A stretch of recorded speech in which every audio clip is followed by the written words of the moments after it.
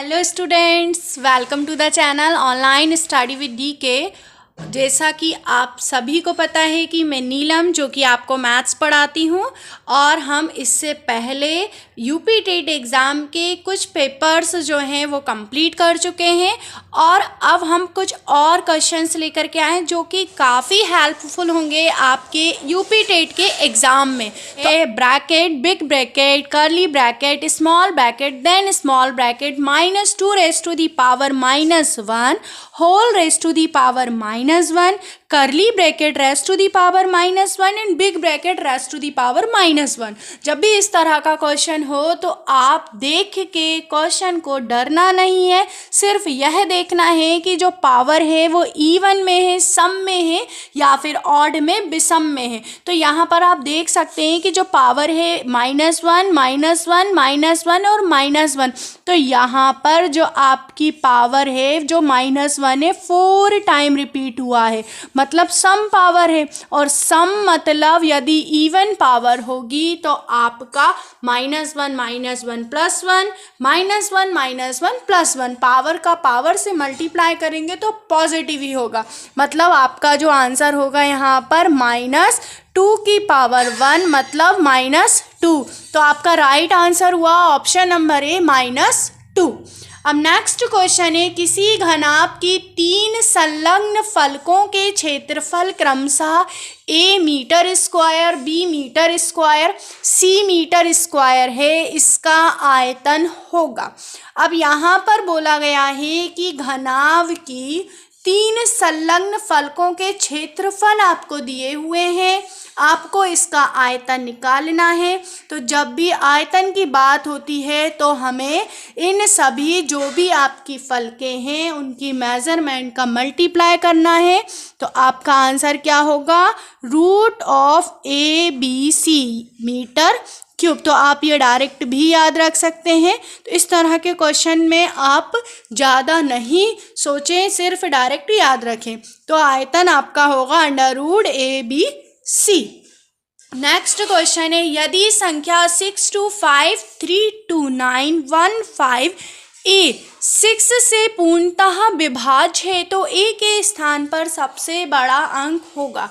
अब यहाँ पर आपको एक नंबर दिया हुआ है और इस A की जो है आपको ऐसा नंबर निकालना है जो इसमें सबसे बड़ा हो। कैसा हो? ये सबसे बड़ा हो। तो आप यहाँ पर देख सकते हैं 6 से विभाज्यता के नियम के लिए आपका जो नंबर हो वो 2 से भी डिवाइड होना चाहिए और 3 से भी डिवाइड होना चाहिए। यदि वो 2 से और 3 से दोनों से डिवाइड है तो वो आपका नंबर 6 से भी पूरी तरह विभाज्य होगा।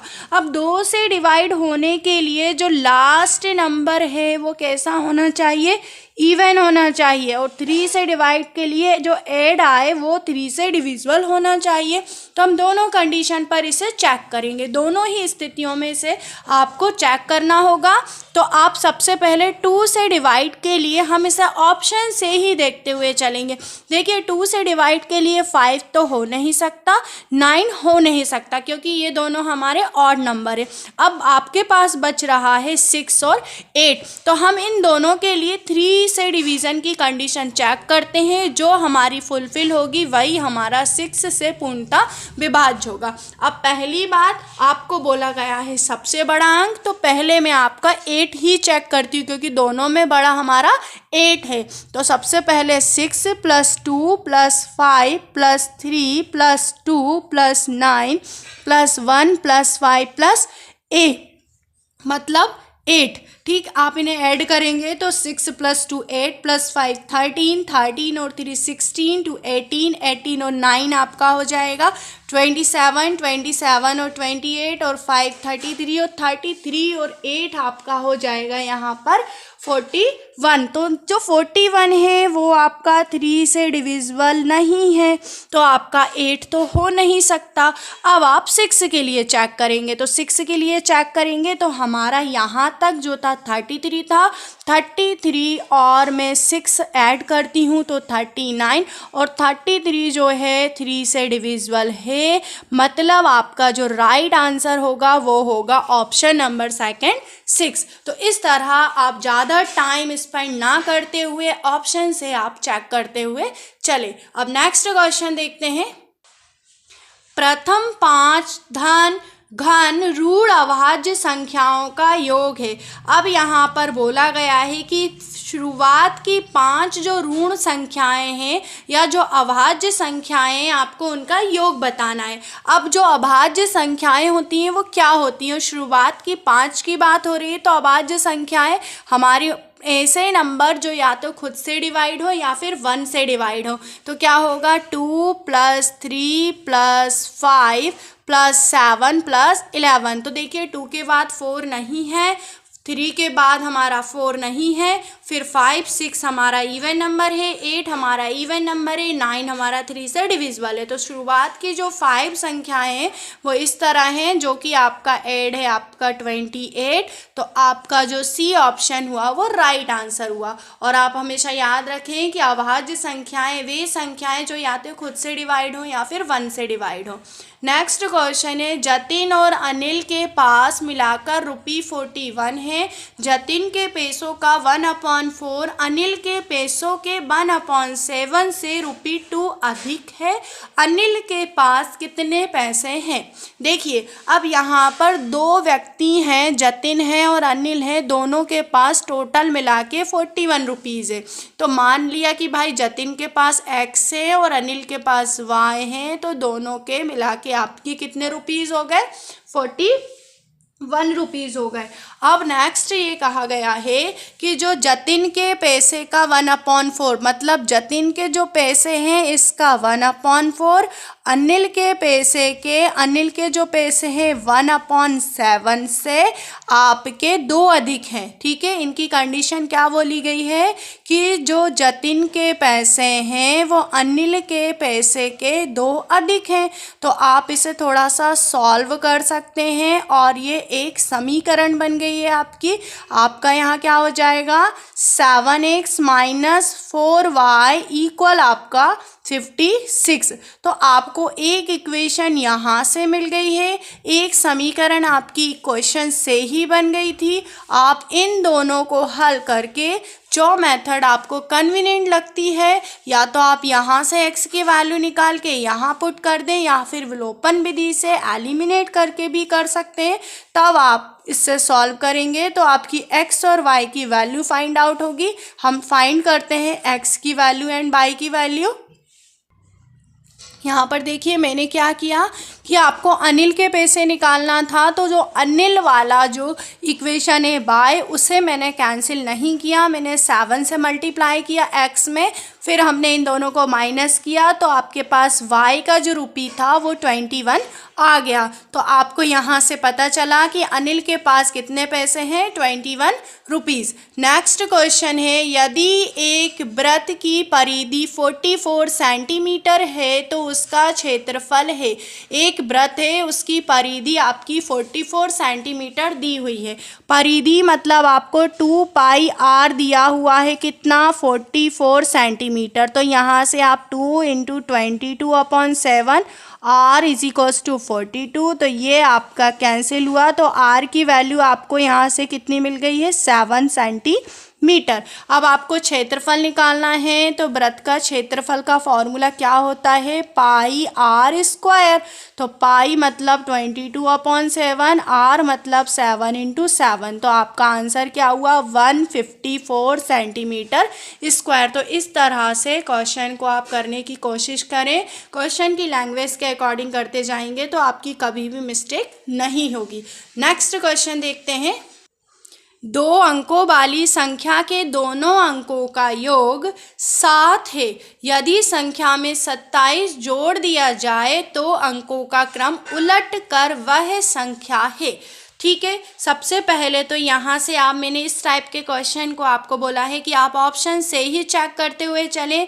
2 अंकों वाली संख्या के दोनों अंकों का जो योग है वो है 7। तो देखिए इन सभी अंकों का जो योग है आपको 7 मिल रहा है, लेकिन फिर बोला है यदि संख्या में 27 जोड़ दिया जाए तो आपको वही संख्या वापस मिल जाए, उसका अंकों का क्रम उलट जाए। तो देखिए मैं सभी में आपके 27 ऐड करने वाली हूँ। 52 में भी हम 27 ऐड करेंगे, 34 में भी 27 और 43 में भी 27।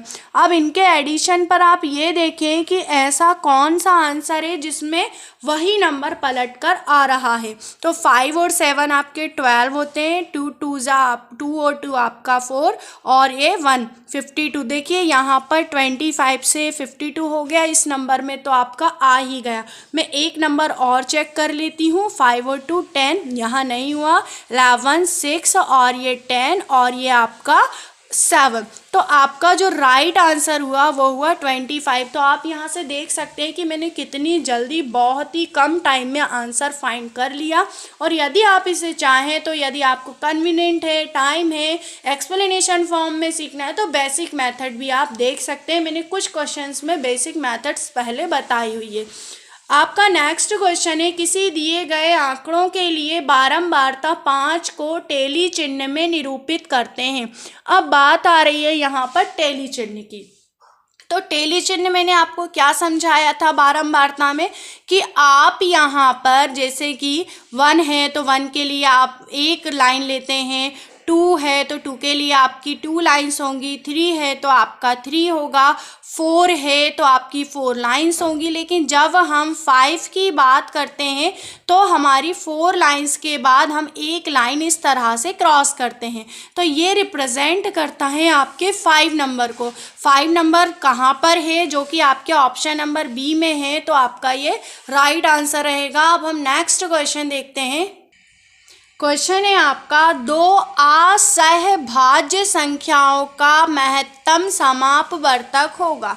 अब बात कर रहे हैं 2 असहभाज्य संख्याओं का महत्तम समावर्तक। देखिए जब भी हम महत्तम समावर्तक की बात करते हैं तो सिर्फ हमारा कॉमन पार्ट ही होता है, और यदि कॉमन पार्ट नहीं है तो हम उसका महत्तम समापवर्तक 1 लेते हैं। और असहभाज्य संख्याएं मतलब ऐसी संख्याएं जिनका महत्तम समावर्तक 1 हो। तो आपका जो आंसर होगा यहाँ पर option number B right answer होगा।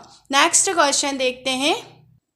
क्वेश्चन है आपका 1715.271 में 7 के स्थानीय मानों का अंतर है। क्या बोला गया है यहाँ पर, 7 के स्थानीय मानों का आपको अंतर निकालना है। तो आपको यहाँ पर 2 बार 7 दिए हुए हैं, एक है आपका यहाँ पर 7, तो यहाँ पर आपके 2 प्लेस पे 7 है, एक यहाँ पर है और एक यहाँ पर है। तो हम इन दोनों 7 के स्थानीय मान निकालेंगे। तो स्थानीय मान, यदि मैं इस 7 की बात करती हूँ तो इस 7 के लिए आपका स्थानीय मान होगा 700, क्योंकि 2 प्लेस ही है। और इस 7 के लिए यदि मैं स्थानीय मान की बात करती हूँ तो इससे पहले एक पॉइंट है, तो आपका होगा 0.07। अब बोला गया है कि इन दोनों का आपको डिफरेंस फाइंड करना है। तो आप इस तरह से डिफरेंस फाइंड करेंगे, जो कि होगा आपका 699.93। तो आप देख सकते हैं कि दशमलव वाले यदि आपके कोई नंबर हैं तो आपको किस तरह से डिफरेंस फाइंड करना है, किस तरह से स्थानीय मान निकालना है। तो आपका ऑप्शन नंबर 9 यहाँ पर राइट होगा। क्वेश्चन है आपका, यदि किसी भिन्न के अंश को 20%, 20% कम तथा हर को 10% बढ़ा दिया जाए तो भिन्न का मान 16/55 हो जाता है। भिन्न का मान है। अब सबसे पहले तो यहाँ पर बोला गया है अंश को 20% कम करना है और हर को 10% बढ़ाना है। तो सबसे पहले तो हमने मान लिया कि वो जो भिन्न है वो है x/y, जो भिन्न है वो अंश और हर में आपका है x/y। अब यहाँ पर बोला गया है कि इसको 20% कम कर दिया। 20% कम कर दिया मतलब 100 से 20% मतलब 80% ऑफ x कर दिया, और हर को 10% बढ़ा दिया। 10% बढ़ाना मतलब 110% ऑफ बाय कर दिया। तो आपका जो भिन्न है वो 66/55 हो गया है। ठीक है, तो हम यहाँ से क्या करेंगे, देखिए इसको सॉल्व करेंगे। 80/100 और x और 110/100 और ये बाय, तो ये हुआ आपका 16/55। आप 100 से 100 कैंसिल कर सकते हैं, 0 से 0, तो आपका यहाँ पर हुआ 8/11 और ये x और ये y और ये 16/55। अगर आप चाहें तो 8 2 ज़ा 16, 11 5 ज़ा 55। तो आपका जो भिन्न हुआ x/y वो हुआ आपका 2/5। तो आपका जो राइट आंसर हुआ वो option number A 2/5। Next question है -3/√3 -√2 का गुणात्मक प्रतिलोम है। देखिए आपको कुछ इस तरह से क्वेश्चन दिया हुआ है और आपको इसका गुणात्मक प्रतिलोम निकालना है। तो सबसे पहले तो आप क्या करें कि इस तरह के कोई भी क्वेश्चन हो तो इसे परिमेयकरण कर लें। परिमेयकरण जिसे आप इंग्लिश में रैशनलाइज कहते हैं, तो आप इसे रैशनलाइज कर लें। तो हम देखिए इसे किस तरह से सॉल्व कर रहे हैं, -√3 -√2। तो मैं यहाँ पर √3 + √2 से अंश और हर दोनों में मल्टीप्लाई कर रही हूँ। तो जब हम इसे मल्टीप्लाई करेंगे तो आपका यहाँ पर ये -3 है और ये √3 + √2 रहेगा और ये a - b और a + v की तरह बिहेव कर रहा है। तो ये 3 - 2 मतलब आपका यहाँ क्या होगा, -3 √3 + √2/1। अब क्वेश्चन में आप देखें कि यहाँ बोला गया है आपको गुणात्मक प्रतिलोम निकालना है और गुणात्मक प्रतिलोम मतलब आप उसके अंश और हर को आपस में बदल दें। तो आपका क्या हो जाएगा, -1/3 √3 + √2। अब आप देख सकते हैं कि जो आपका ऑप्शन नंबर सेकंड है वहाँ पर यही नंबर है, तो आपका ये राइट आंसर होगा। नेक्स्ट क्वेश्चन है,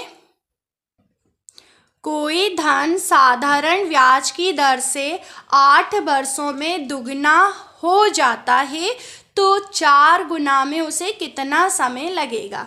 अब यहाँ पर आपको क्वेश्चन जो बोला गया है कि कोई धन है वो साधारण ब्याज की दर से 8 वर्षों में दुगना हो रहा है और बाकी जो वर्ष हैं वो निकालना है, उसमें जो 4 गुना हो रहा है। तो इसके लिए एक बहुत बेसिक सा एक फॉर्मूला है जिससे आप डायरेक्ट कर सकते हैं, समय पहला बटे समय दूसरा। जो भी धन आपका पहले जितना बड़ा और फिर बाद में जितना बड़ा। तो देखिए पहला जो समय दिया है वो आपको 8 वर्ष दिया हुआ है और दूसरा जो समय है आपको निकालना है।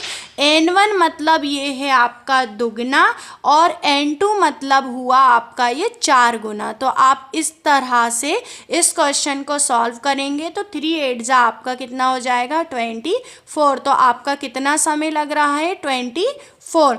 आप कभी कभी कुछ क्वेश्चंस को कोशिश करें कि इस तरह के फॉर्मूले याद रखें ताकि आप शॉर्ट मेथड से कर सकें। नेक्स्ट क्वेश्चन है आपको 2/3 और 3/4 का लघुत्तम समापवर्तक है। अब यहाँ पर भिन्नों का जो लघुत्तम समापवर्तक है वो निकालना है आपको, और भिन्नों का जब भी लघुत्तम समापवर्तक निकालना है या महत्तम समापवर्तक, तो जो अंश होता है, जो न्यूमरेटर होता है उसका वही निकलेगा जो आपको निकालना है और हर जो है उसका आपका महत्तम समापवर्तक निकलेगा।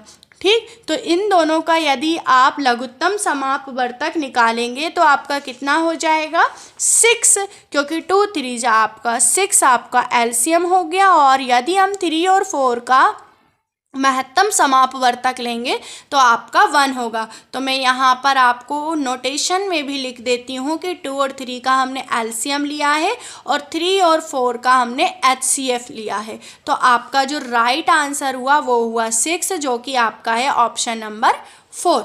नेक्स्ट क्वेश्चन है आपका 2.5 - 1/3.25 -2.5 और 0.75 + 0.50। देखिए इस क्वेश्चन में आपको सीधा सा सिंप्लीफिकेशन करना है, सिंप्लीफिकेशन करना है और कुछ पॉइंट्स दिए हुए हैं उनके अकॉर्डिंग करना है। तो देखें हम किस तरह से इसे सॉल्व करेंगे। तो सबसे पहले हम इन दोनों को ऐड करेंगे, हम नीचे से स्टार्ट करेंगे। तो आप इन दोनों को यदि ऐड करते हैं तो आपका होगा 1.25। अब आपका ये हुआ 2.5 - 1/3.25 - 2.5/1.25। ठीक।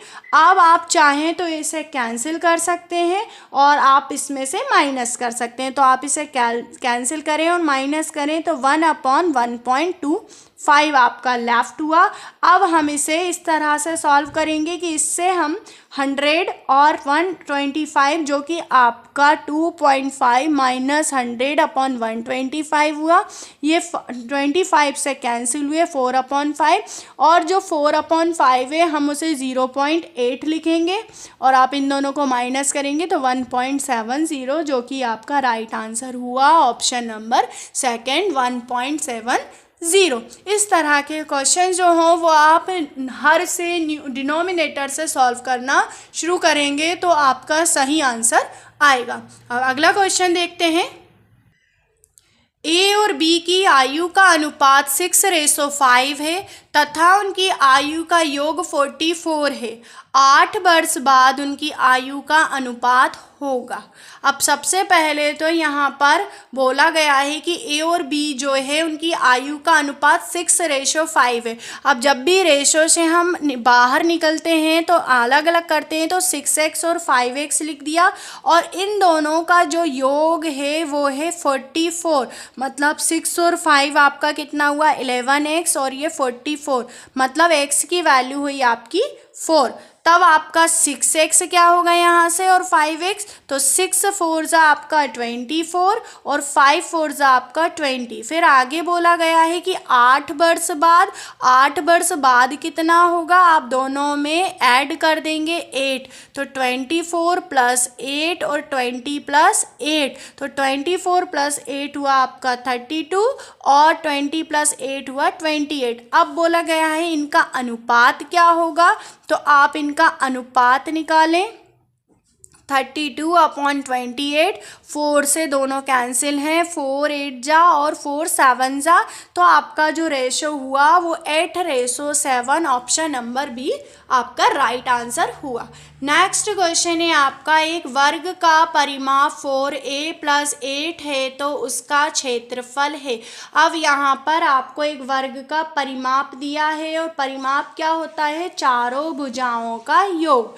अब मान लो कि वर्ग की जो भुजा है, माना वर्ग की जो भुजा है वो x है, वर्ग की भुजा की लंबाई कितनी है x है। अब तो परिमाप क्या होगा वर्ग का यहाँ से 4x क्योंकि चारों भुजाओं का योग।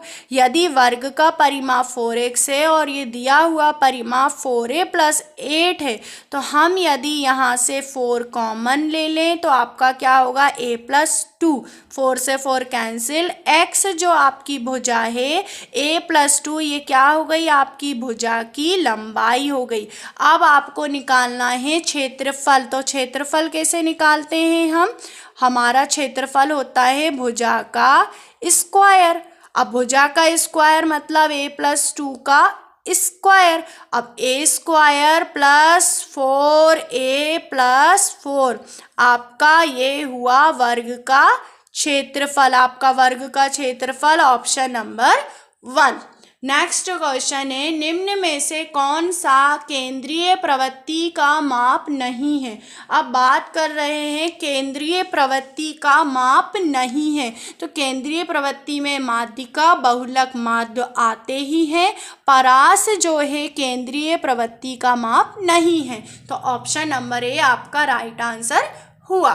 नेक्स्ट क्वेश्चन है एक समबाहु त्रिभुज ABC में AD लंब है BC पर। अगर एक समबाहु त्रिभुज है, समबाहु त्रिभुज मतलब आपकी सभी भुजाएं जिसमें समान हो और जो AD है वो लंब है आपका BC पर है तो AD ये हुआ जो कि आपका लंब है BC पर। तब आपकी इसमें से कौन सी कंडीशन फुलफिल होगी। अब सबसे पहले तो यदि हम बात करें इस लंब की लंबाई का विकर्ण के लिए तो आपका फॉर्मूला होता है √3/2a। अब यहाँ पर यदि मैं इस a की बात करूँ तो ये आपका दिया हुआ है AB, ठीक। तो AD हमने 2 यहाँ ले लिया, √3 है आपका AB। अब बोथ साइड हम स्क्वायर करेंगे तो 4AD square equals to 3AB square. तो आपका ये ऑप्शन कहाँ पर है? 4AD square 3AB square, option number 3। निम्नलिखित पैटर्न का अध्ययन कीजिए, इसके अनुसार इसका मान निकालिए। देखिए 1 इंटू 1 1 1 1 11 इंटू 11 1 2 1। आपका 1 1 1 1 1 हमने लिया तो 1 2 3 हुआ, और 3 के बाद के नंबर फिर हमारे अपोजिट रिपीट हुए। तो हम इसके लिए क्या लिखेंगे? 1 हमारा 1 2 3 4 5 टाइम है, मतलब ये 5 टाइम तक आपका रिपीट 5 टाइम तक जाएगा। 1 2 3 4 और 5 के बाद आपका 4 3 2 1 होना चाहिए। तो आपका ये ऑप्शन जो है कहाँ पर आपको दिखाई दे रहा है? आपका ऑप्शन नंबर बी आपका राइट आंसर होगा इस क्वेश्चन का। तो आप देखिए पैटर्न को अच्छे से समझते हुए करें। कोई भी यदि क्वेश्चन है तो उसे थोड़ा सा टाइम देते हुए करेंगे तो आपका क्वेश्चन कभी भी गलत नहीं होगा।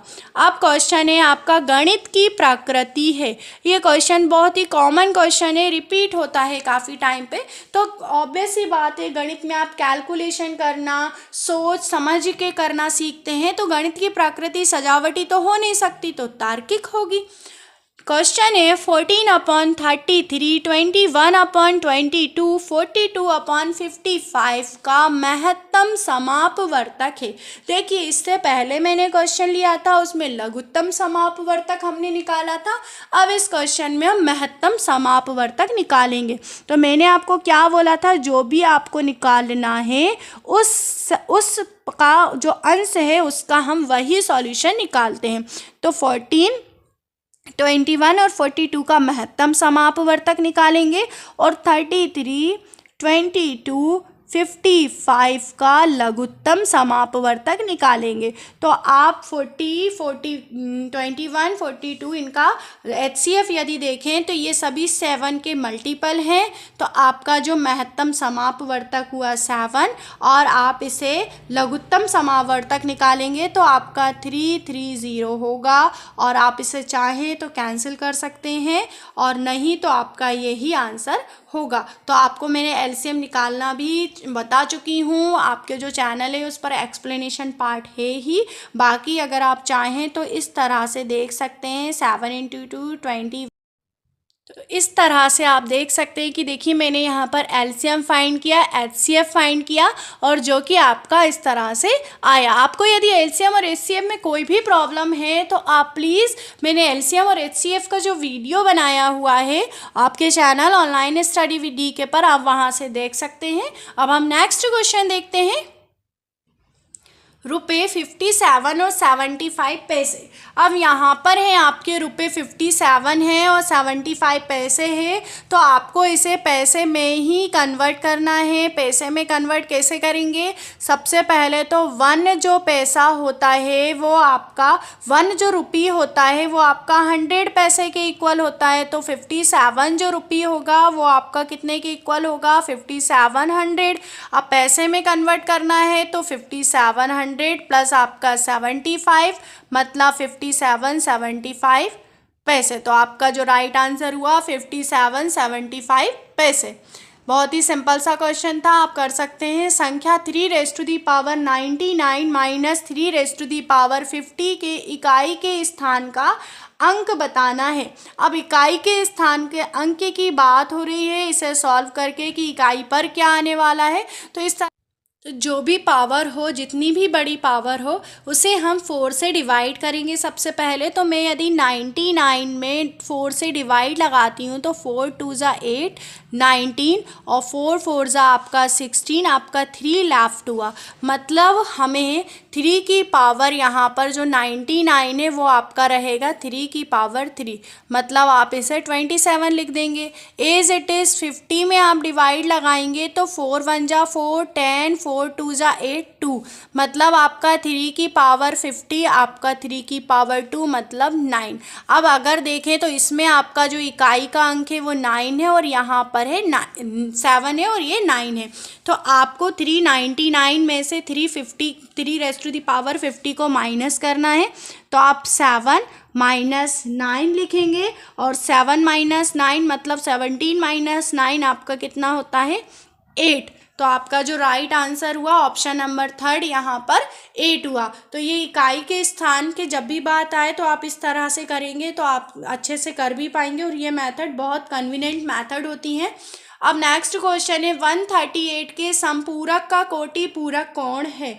अब आपको 138 दिया है, इसका समपूरक निकालना है, फिर समपूरक जो आए उसका कोटि पूरक निकालना है। देखिए क्वेश्चन में कितने तरह से लैंग्वेज यूज़ की जाती है।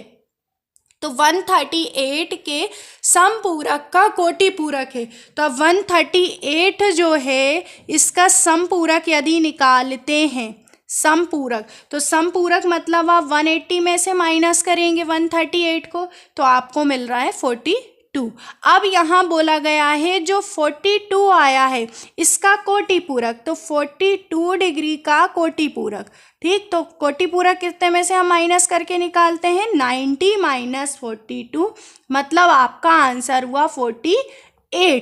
तो आपका ऑप्शन नंबर बी यहाँ पर राइट हुआ 48। तो क्वेश्चन देखिए समपूरक निकालना था फिर आपको उसका कोटि पूरक निकालना था। अब हम नेक्स्ट क्वेश्चन देखते हैं।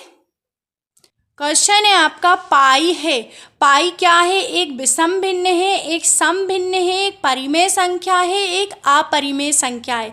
अब सबसे पहले तो पाई का जो मान है वो होता है 22/7 मतलब 3.14। अब ये डेसिमल में आ रही है तो विषम भिन्न और सम भिन्न तो बात खत्म हो गई। लेकिन यदि परिमेय संख्या है तो परिमेय संख्या कह सकते थे, लेकिन ये डेसिमल में भी कन्वर्ट हो रही है तो पाई एक अपरिमेय संख्या है।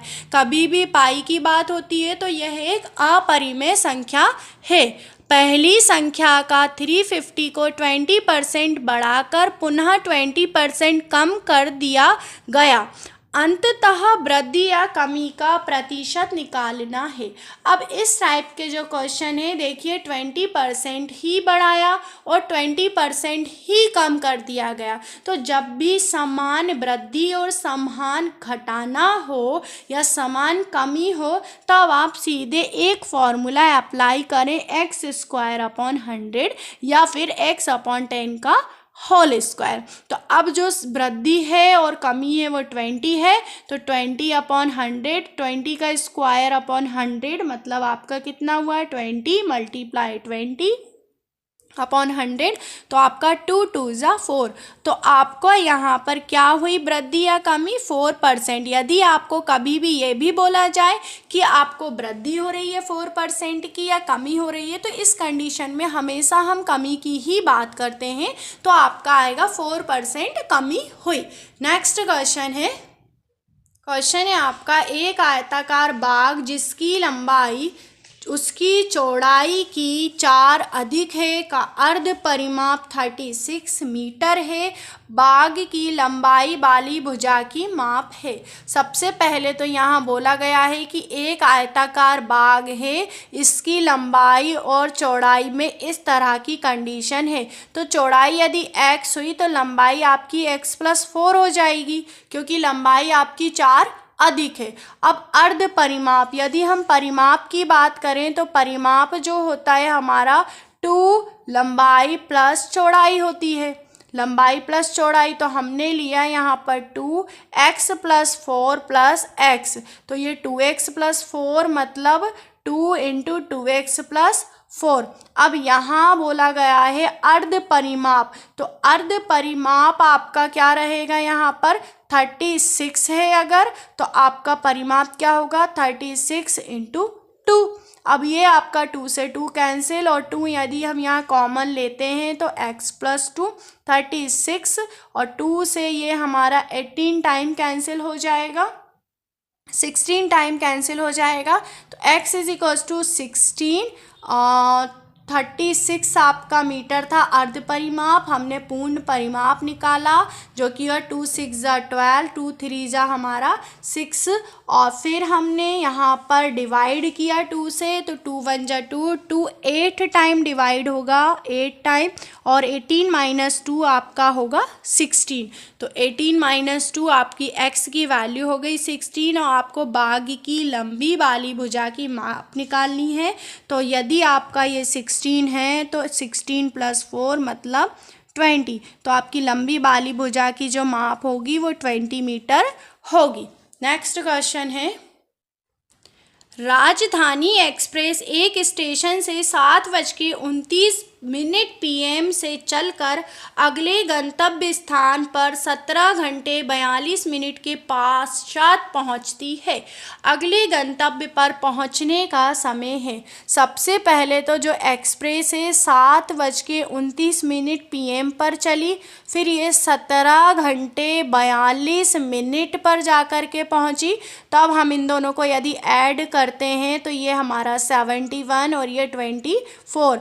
अब यदि हम 71 को देखें तो ये हमारा 1 आवर और 11 मिनट आ रहा है, तो हम इसे ऐड करेंगे तो 25 और 11 मिनट। अब यहाँ पर आप देख सकते हैं कि इसका गंतव्य पर पहुँचने का जो समय था सिर्फ 1 आवर और 11 आपका यहाँ पर AM में रहेगा, क्योंकि आप PM से यहाँ AM में आ चुके थे। नेक्स्ट क्वेश्चन है, कारखाने में कार्यरत कुछ लोगों की आयु वर्षों में इस प्रकार है, और फिर 31, 41, 28, 54, 34, 23, 33, 35, 42। तो आयु का आपको परिसर निकालना है। अब परिसर क्या होता है? परिसर जिसे आप कहते हैं रेंज, क्या कहा जाता है? रेंज। परिसर मतलब बड़ी वैल्यू, जो भी आपकी बड़ी वैल्यू होगी उसमें से आपको छोटी वैल्यू को माइनस करना होता है।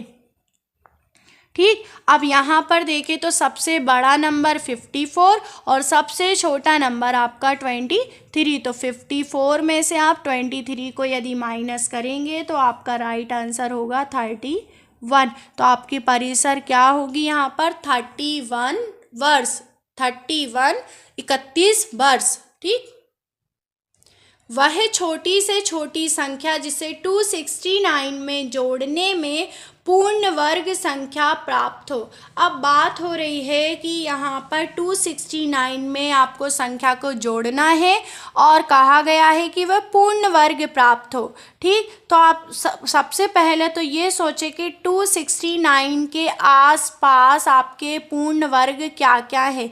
तो यदि हम देखें तो यहाँ पर 225 और 256 या 256 और हम 269 और 289 देखेंगे। ठीक, तो आपको 69 से इधर तो जाना नहीं है क्योंकि इस तरफ तो आपकी छोटी संख्या है, लेकिन यदि हम बात करें क्योंकि हमें जोड़ना है, यदि घटाना होता तो हम इस तरफ जाते। तो आप 269 में क्या जोड़ें कि आपका 89 आ जाए। तो 269 में यदि आप 20 को ऐड करेंगे तो आपका 289 आ जाएगा, मतलब आपका जो राइट आंसर हुआ ऑप्शन नंबर 4 होगा। तो इस तरह से आप चेक कर सकते हैं जब भी पूर्ण वर्ग संख्या के क्वेश्चंस हो।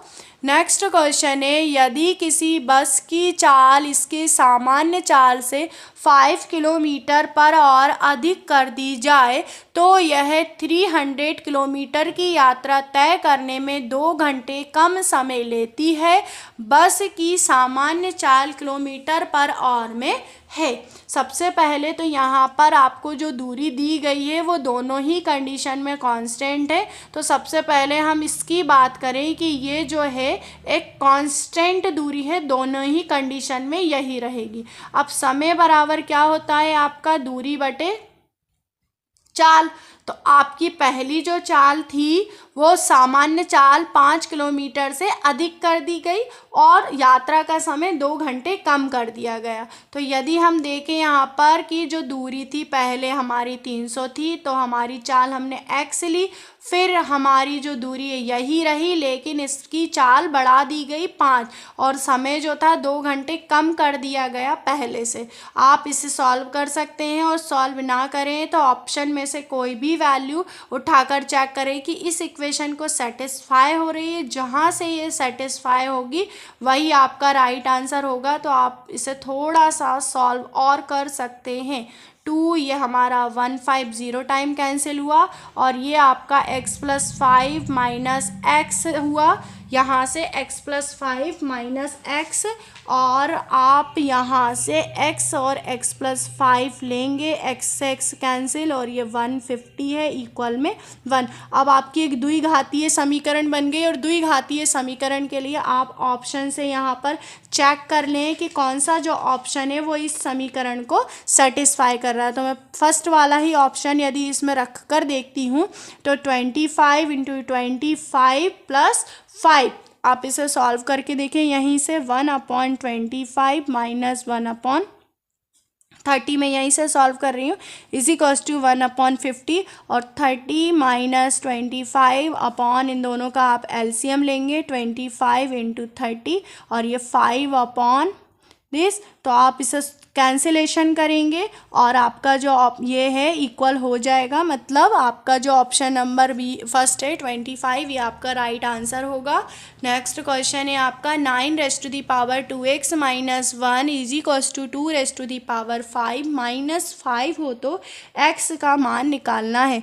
इस क्वेश्चन में कुछ नहीं, आपको सॉल्व ही करना होगा। तो सबसे पहले 2 की पावर 5 होता है आपका 32 - 5 और 32 - 5 आपका कितना होगा 27, और यदि मैं इसे 3 की टर्म में लिखूं तो ये आपका 2x - 5, 9 आपका 3 टू दी पावर 2 होगा और ये आपका 3 टू दी पावर 3। आप दोनों की जो पावर है उसे कंपेयर करें, 2x - 1 3, 2 2 = 4x - 2 = 3 और 4x = 3 + 2 5। तो x = आपका यहाँ पर हुआ 5/4। तो 5/4 आपका कहाँ पर है, ऑप्शन नंबर 4 आपका राइट आंसर हुआ। नेक्स्ट क्वेश्चन देखते हैं। सीमा किताब का 1/5 भाग 1 घंटे में पढ़ती है और 2/3 जो भाग है वह किताब पढ़कर सो जाती है। तो शेष जो है आपका कितना भाग रह गया। तो सबसे पहले तो यहाँ से देखें तो वो 1 घंटे में कितना पढ़ रही है 1/5 और 2/1/3 जो घंटे है इसमें वो कितना पढ़ेगी तो 1/5 1 घंटे में, तो 2/1/3 मतलब 3 दूनी 6 और 1 7/3 मतलब 7/15 भाग पड़ेगी। अब शेष कितना रहा, तो जब भी हम बात करते हैं तो 1 को हम पूर्ण मानते हैं, तो 7/15 और 15/7 मतलब 8/15। तो आपका जो राइट आंसर हुआ वो 8/15। चित्र में रेखाखंड XY त्रिभुज ABC की भुजा AC के समांतर है। ठीक, आपको यहाँ पर एक चित्र दिया हुआ है, ABC XY AC के समांतर है, जो ABC को 2 बराबर क्षेत्रफल, एक आपका ये पार्ट हुआ, एक ही आपका ये पार्ट हुआ, विभाजित करती है, तो AX और AB का अनुपात होगा। तो आप सबसे पहले तो इस क्वेश्चन को समझें और इसके अकॉर्डिंग आप किस रूल को अप्लाई कर सकते हैं उस रूल को अप्लाई करें। ये क्वेश्चन का सॉल्यूशन थोड़ा सा आपका वीक हो सकता है। देखिए आप सबसे पहले तो त्रिभुज ABC का क्षेत्रफल बटे त्रिभुज BXY की बात करें, BXY और ABC, तो आपका जो AB की भुजा है इसका और BX जो है इसका स्क्वायर के बराबर होता है। आपने एक ये कंडीशन पढ़ रखी है। तब यहाँ से आपका इसका जो ABC का पार्ट है BXY के पार्ट को 2:1 में विभाजित करता है। तो AB/BX जो है ये आपकी एक थ्योरम है। तो AB/ जो BX होगा आपका वो होगा आपका √2/1। ठीक, यदि आपका ये हुआ √2/1 तब इस कंडीशन में हम यहाँ से AX जो है, यदि मैं AX जो है इसे AB - BX लिखूँ तो आप लिख सकते हैं क्या AX को AB - BX। अब AX हमने यहाँ पर AB और BX की वैल्यू निकाल रखी है और अब हम यहाँ से A B minus B X के लिए वैल्यू पुट करेंगे तो आपका जो होगा A X upon A B, मैंने ए बी से डिवाइड कर दिया है तो √2 माइनस 1 अपॉन √2। अब मैं इस इक्वेशन में 2/2 से मल्टीप्लाई करने वाली हूँ तो आपका जो रेशो होगा A X upon B 2 minus √2/2। आप इसे सॉल्व करके चेक कर सकते हैं। तो जो आपका ऑप्शन नंबर सेकंड है वो आपका यहाँ पर राइट आंसर होगा। इस तरह के जो रैशनलाइज वाले क्वेश्चंस हैं उनमें आप रैशनलाइज करेंगे तो आपका आंसर आ जाता है। नेक्स्ट क्वेश्चन है, यदि 31x5 9 का अपवर्त है जहाँ x का मान है। अब 9 का अपवर्त बोल रहे हैं और आपको x का मान निकालना है तो आप किस तरह से इस क्वेश्चन को करेंगे। सबसे पहले तो अपवर्त क्या होते हैं और आप x का मान किस तरह से निकालेंगे। तो सबसे पहले आप क्या करेंगे, इन सभी नंबर को ऐड करेंगे। वही कंडीशन आपकी जो कि हम 3 में करते थे, हम यहाँ पर ऐड करेंगे तो 3 और 1 4 और 5 आपका 9 हुआ। अब आपको x की इनमें से ऐसी वैल्यू देखना है जो 9 से डिवाइड हो। यदि हम 1 लेंगे तो आपका यहाँ पर 1 लेने पर होगा 10 आपका डिवाइड नहीं होगा। 3 लेने पर आपका 12 होगा जो कि नहीं है। 6 लेने पर 15 होगा, इसीलिए आप 9 ही लेंगे। मतलब जो आपकी x की वैल्यू होगी वो होगी यहाँ पर 9। तो आपका ऑप्शन नंबर डी यहाँ पर राइट आंसर हुआ। अब हम नेक्स्ट क्वेश्चन देखते हैं। दिए गए चित्र में कितने वर्ग हैं। आप इस चित्र को ध्यान से देखेंगे कि आपको इसमें वर्ग बताने हैं कितने हैं। तो आप कभी भी इस टाइप का क्वेश्चन आए तो इनकी नंबरिंग देखें कि ऊपर आपके कितने, तो 1 2 और 3। तो आपको कुछ नहीं करना है, सिर्फ इसके नंबर्स का स्क्वायर करना है। ठीक, आप नंबर्स के स्क्वायर करेंगे तो आपको उतने वर्ग हैं, ये वर्ग के लिए है, आपको उतने वर्ग मिल जाएंगे। तो आपका ऑप्शन नंबर डी यहाँ पर है 14 जो कि आपका राइट आंसर होगा। अब है वर्ष 2003 का प्रथम दिन बुधवार था और 2005 का अंतिम दिन कौन सा रहा होगा। अब यहाँ पर ईयर की बात कर रहे हैं कि आपका वर्ष 2003 में प्रथम दिन था, बुधवार था, तो 2005 का अंतिम दिन होगा। पहले तो हम 2003 में चेक करें, 2004 में चेक करें, फिर हम 2005 की बात करते हैं। तो अब यहाँ पर अंतिम दिन 2006 को भी लेंगे क्योंकि 2005 के अंतिम दिन की बात हो रही है। अब 2003 का प्रथम दिन था आपका बुधवार। अब 2004 आपका हुआ लीप ईयर। लीप ईयर मतलब एक दिन आपका यहाँ पर बढ़ गया तो आपका हुआ बृहस्पतिवार। फिर अब 2004 में तो आपका यहाँ पर 2005 में बढ़ जाएगा, मतलब शुक्रवार हटा के आपका यहाँ 2005 में आ गया शनिवार। अब बात हो रही है 2006। अब 2005 के बाद 2006 में यहाँ पर आ जाएगा आपका रविवार। लेकिन यहाँ बोला गया है कि 2005 का अंतिम दिन क्या होगा। तब हम यहाँ पर से ये देखेंगे कि आपका 2005 का अंतिम दिन कौन सा आ रहा था, शनिवार। तो आपका राइट आंसर क्या होगा, यहाँ से शनिवार आपका राइट आंसर होगा। नेक्स्ट क्वेश्चन है, किसी त्रिभुज की भुजाएं क्रमशः 35 सेंटीमीटर, 54 सेंटीमीटर और 61 सेंटीमीटर है। इसकी सबसे बड़ी शीर्ष अभिलंब की लंबाई है।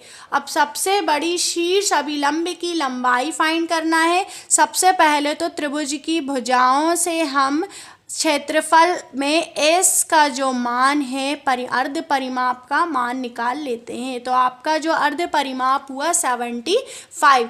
अब आपका जो क्षेत्रफल होता है S minus A, S minus B, S minus C. अब इस 75 को लेते हुए हम इसे सॉल्व करेंगे तो 75 माइनस 35 आपका लेंगे तो आपका कितना हो जाएगा, 5 माइनस 5 0 और 7 माइनस 3 20 हो जाएगा। और 54 को माइनस करेंगे 14 और ये आपका 40। तो इस तरह से आपका जो सॉल्यूशन हुआ 1 इक्वल होगा 1/2 35 इंटू H। तो H की जो वैल्यू होगी आपकी 24 √5। 5 आप सॉल्व कर सकते हैं। h की वैल्यू 24√5। तो आप क्वेश्चन में आपका जो राइट आंसर हुआ वो ऑप्शन नंबर 3 हुआ। नेक्स्ट क्वेश्चन देखते हैं। किसी घनाभ की 3 संलग्न फलकों के पार्श्व पृष्ठ के क्षेत्रफल 7, 10, 14 के अनुपात में है। यदि घनाभ का आयतन 350 सेंटीमीटर क्यूब हो तो सबसे लंबी भुजा की लंबाई है। अब सबसे पहले तो पार्श्व पृष्ठ की बात कर रहे हैं। पार्श्व पृष्ठ मतलब कुछ इस तरह से होते हैं। 7, 10 और 14 आपका दिया हुआ है। अब यहाँ से यदि हम एक्स वाई लें तो हमें कांस्टेंट ले लिया, वाई जेड लें तो हमने 10a ले लिया और जेड एक्स लें तो हमने 14a ले लिया। अब ये हमारे वैल्यूज़ आ गई। अब हमें फाइंड करना है यहाँ पर घनाभ का आयतन दिया हुआ है। एक्स वाई जेड जो है आपका घनाभ का है आयतन। क्या दिया हुआ है?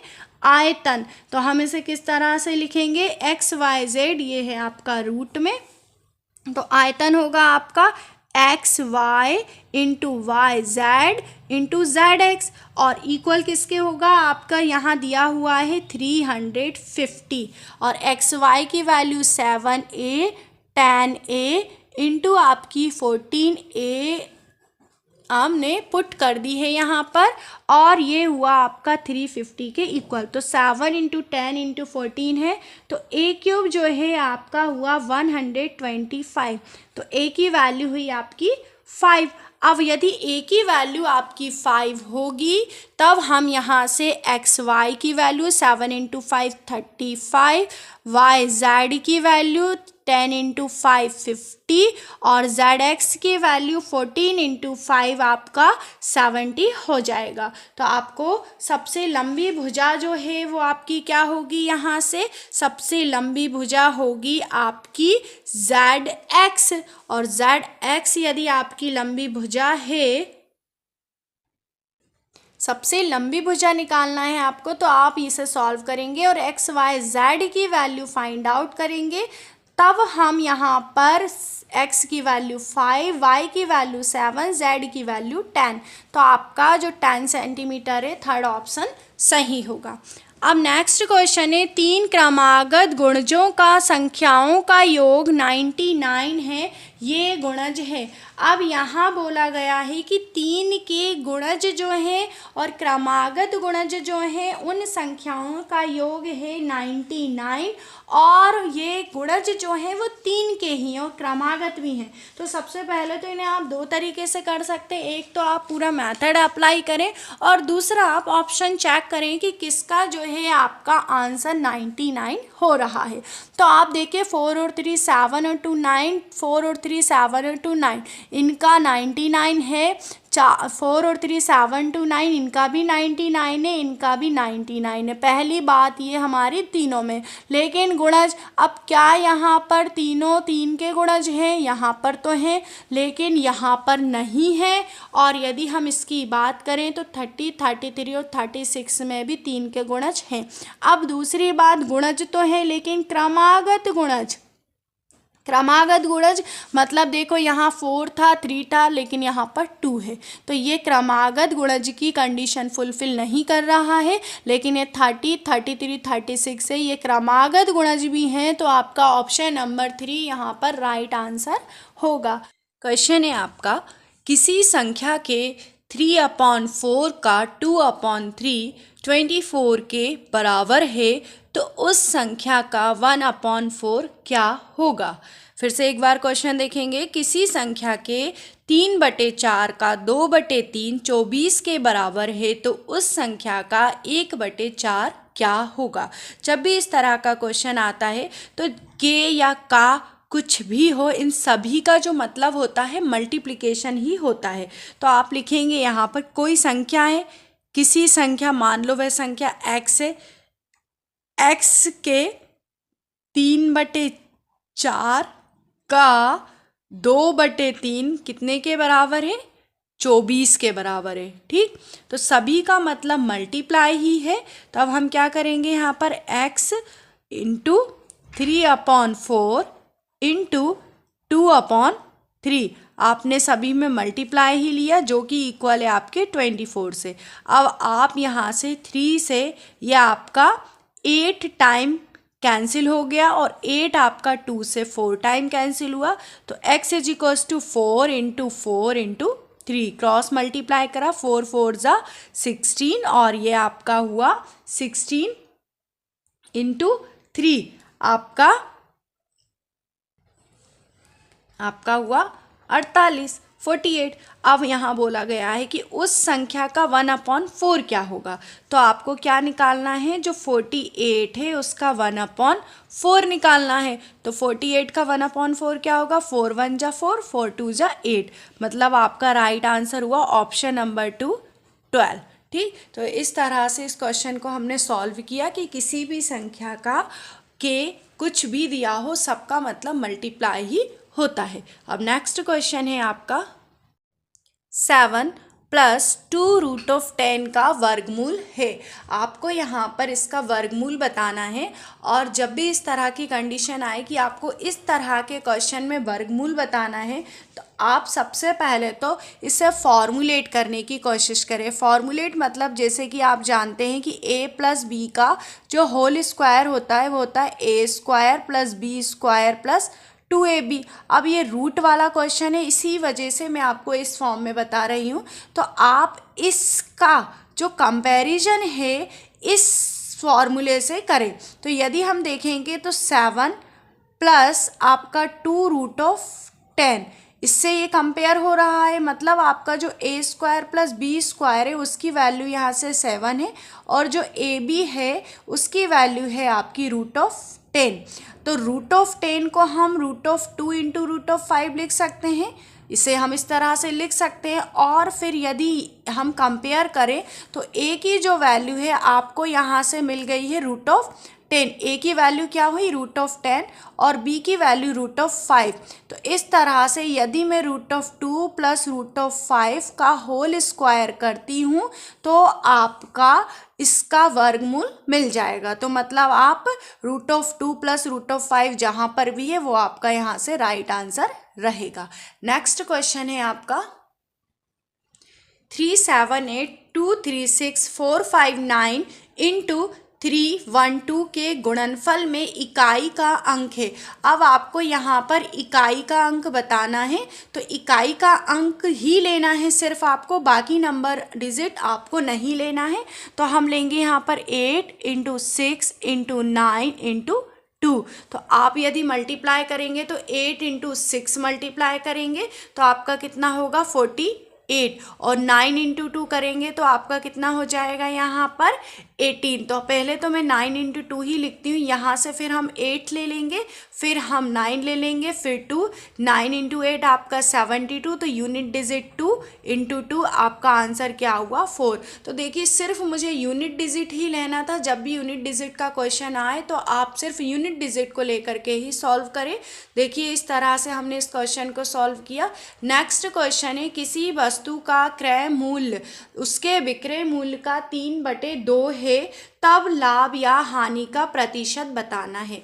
अब यहाँ पर जो कॉस्ट प्राइस है और जो सेलिंग प्राइस है उनका जो अनुपात है वो दिया हुआ है 3/2, मतलब यदि कॉस्ट प्राइस 3 है तो सेलिंग प्राइस आपका 2 है। और आप यदि देख सकते हैं यहाँ से कि यहाँ पर यदि कॉस्ट प्राइस 3 है और सेलिंग प्राइस 2 है तो यहाँ पर आपको क्या हो रही है, हानि। तो सबसे पहले तो लाभ वाले जो ऑप्शन है वो कट ही जाएंगे, सिर्फ हानि वाले ऑप्शन ही रहेंगे। अब हानि हो रही तो कितने की हानि हो रही, 1 की हानि हो रही है। टोटल आपके किस पे हानि हो रही है, कॉस्ट प्राइस पर, इनटू आपका क्या हुआ 100। तो आपका 1/3 मतलब 100/3, तो 33 सही 1/3% आपको क्या हुई, हानि। तो आपका जो ऑप्शन नंबर बी है वो आपका यहाँ पर राइट आंसर हुआ। नेक्स्ट क्वेश्चन है आपका, दो संख्याओं का महत्तम समावर्तक तथा लघुत्तम समावर्तक क्रमशः 12 और 72 है। यदि इन संख्याओं का योगफल 60 हो तो इनमें से एक संख्या होगी। अब यहाँ पर सबसे पहले तो लघुत्तम समापवर्तक और महत्तम समापवर्तक की बात हो रही है। और पहली बात महत्तम समापवर्तक क्या होता है और दूसरी बात लघुत्तम समापवर्तक क्या होता है। तो आपको क्वेश्चन में दिया हुआ है महत्तम समावर्तक और लघुत्तम समावर्तक। महत्तम समावर्तक दिया है मतलब वो जो संख्या होंगी दोनों संख्या इस तरह से होंगी 12 है और 12 भी, क्योंकि ये 12 जो है कॉमन होगा दोनों में। अब बोला गया है कि इन दोनों का जो योगफल है, इन दोनों जो संख्याओं का योगफल है वो है 60। ठीक, यदि इन दोनों का योगफल 60 है तो a+b/12 मतलब आपका कितनी टाइम ये कैंसिल हो जाएगा, 5 टाइम कैंसिल हुआ। फिर बोला गया है कि इनमें से एक संख्या होगी और लघुत्तम समापवर्तक मतलब जो संख्याएं हैं उनका मल्टीप्लाई जो है वो 72 है। तो ab = आपका 72/12 मतलब आपका 6। तो आपको यहाँ से AV जो है दोनों संख्याओं का गुणनफल मिल गया है और दोनों संख्याओं का योगफल जो दिया था हमने ये फाइंड किया। अब यहाँ से मैं आपको ये चेक करना सिखाऊंगी कि आप ये देखेंगे कि यहाँ पर कौन से ऐसे नंबर हैं जिन संख्याओं का आप मल्टीप्लाई करें तो आपको वहाँ पर 60 मिले। 60 कैसे मिले, देखिए आप यहाँ पर 12 है तो 6 है, AV की वैल्यू आपकी 6 है, तो अब हम 6 के जो गुणनखंड होंगे वो क्या क्या हो सकते हैं, 1 × 6 हो सकते हैं या फिर 2 × 3 हो सकते हैं। इन दोनों के अलावा कुछ भी नहीं हो सकते। लेकिन यदि हम बात करें 2 × 3 की तो हम इस संख्या में जो महत्तम समापवर्तक है लेते हैं 12 × 2 तो आपका 24 हुआ और 12 × 3 तो आपका हुआ यहाँ पर 36। क्योंकि अब योगफल बोला है 60 इसीलिए हमने 2/3 लिया। यदि मैं 12 और 12 6 लेती तो अब हमारा योगफल 60 नहीं हो रहा था। इस कंडीशन में हमारा योगफल 60 हो रहा है। तो आप यहाँ से देखेंगे कि एक संख्या बताना है, दूसरी संख्या आपकी 36 है, एक संख्या आपकी 24 है और 24 आपके ऑप्शन नंबर बी में है। तो आपका जो ऑप्शन नंबर बी होगा वो यहाँ पर राइट आंसर होगा। तो आपको ज़्यादा सॉल्व करने की ज़रूरत ही नहीं पड़ी। हमने कुछ ही गुणनखंड निकाल के चेक करके और आंसर फाइंड कर लिया।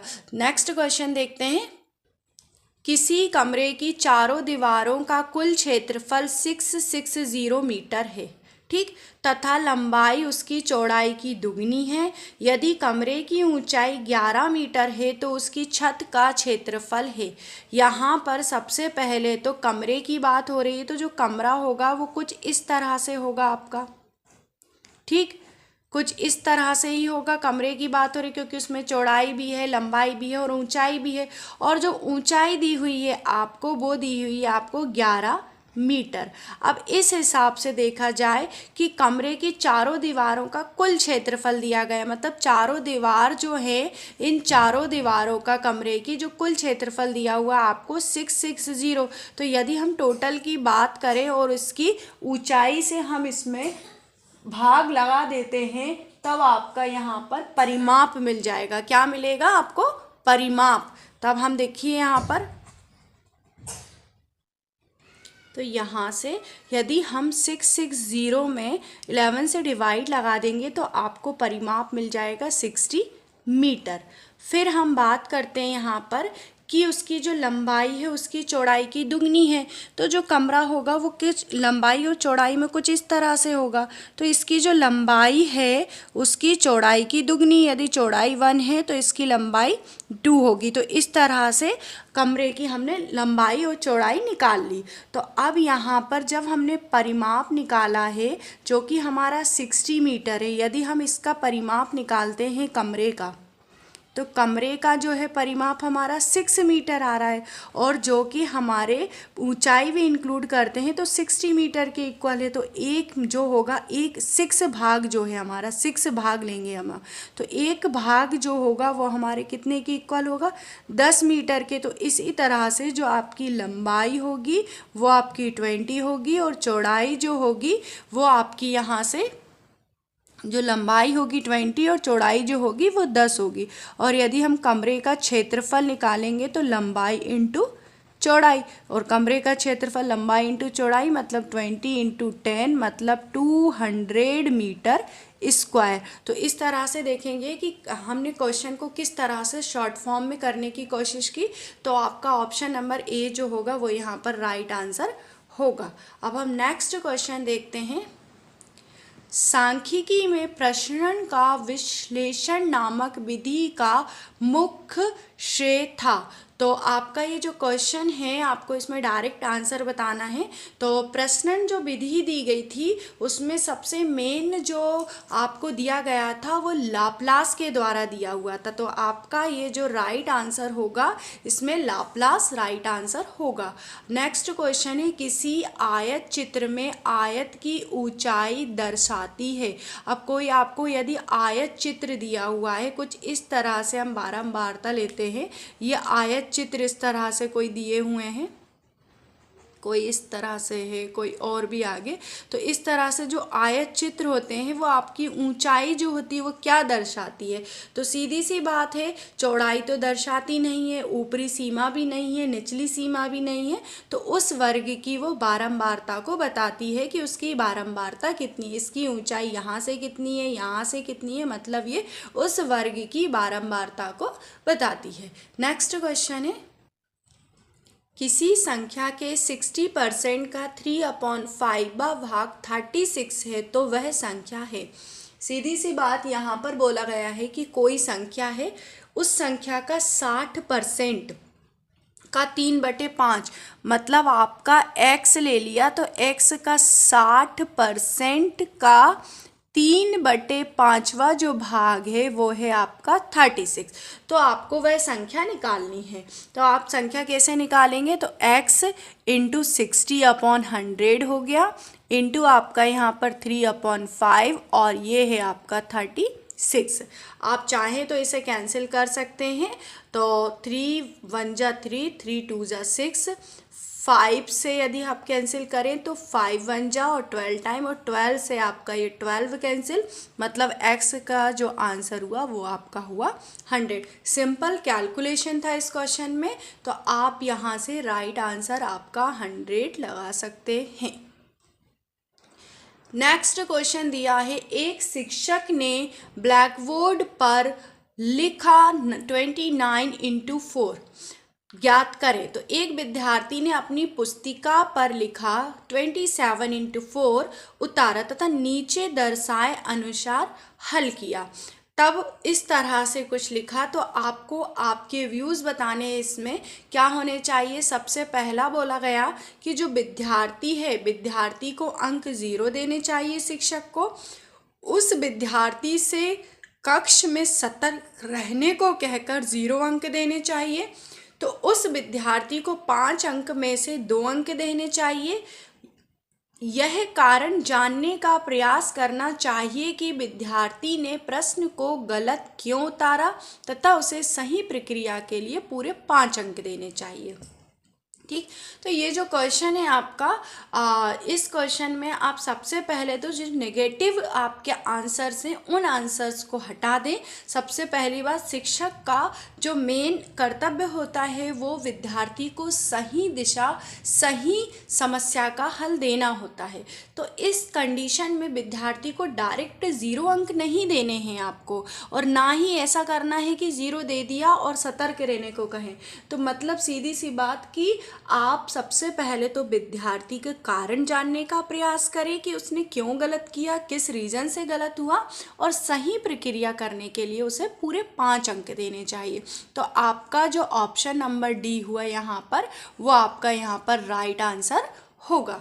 नेक्स्ट क्वेश्चन है, यदि a/3 equal v/4 equal c/7 हो तो a plus B plus c/c का मान है।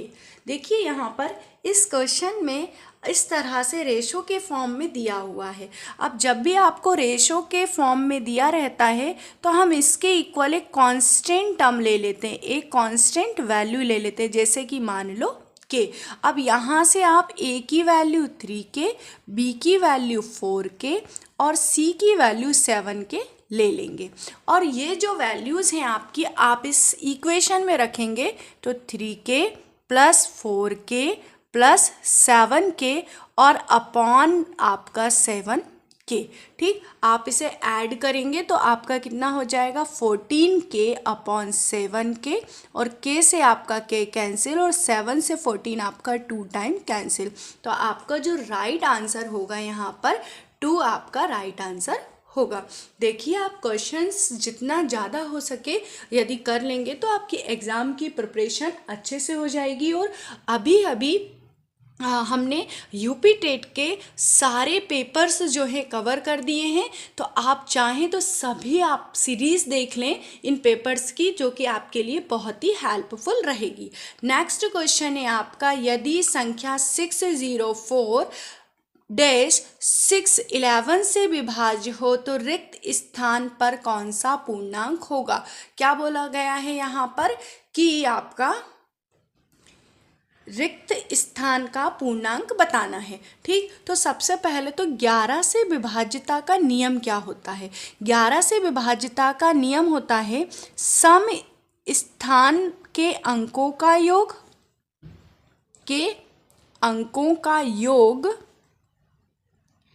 योग माइनस विषम स्थान के अंकों का योग।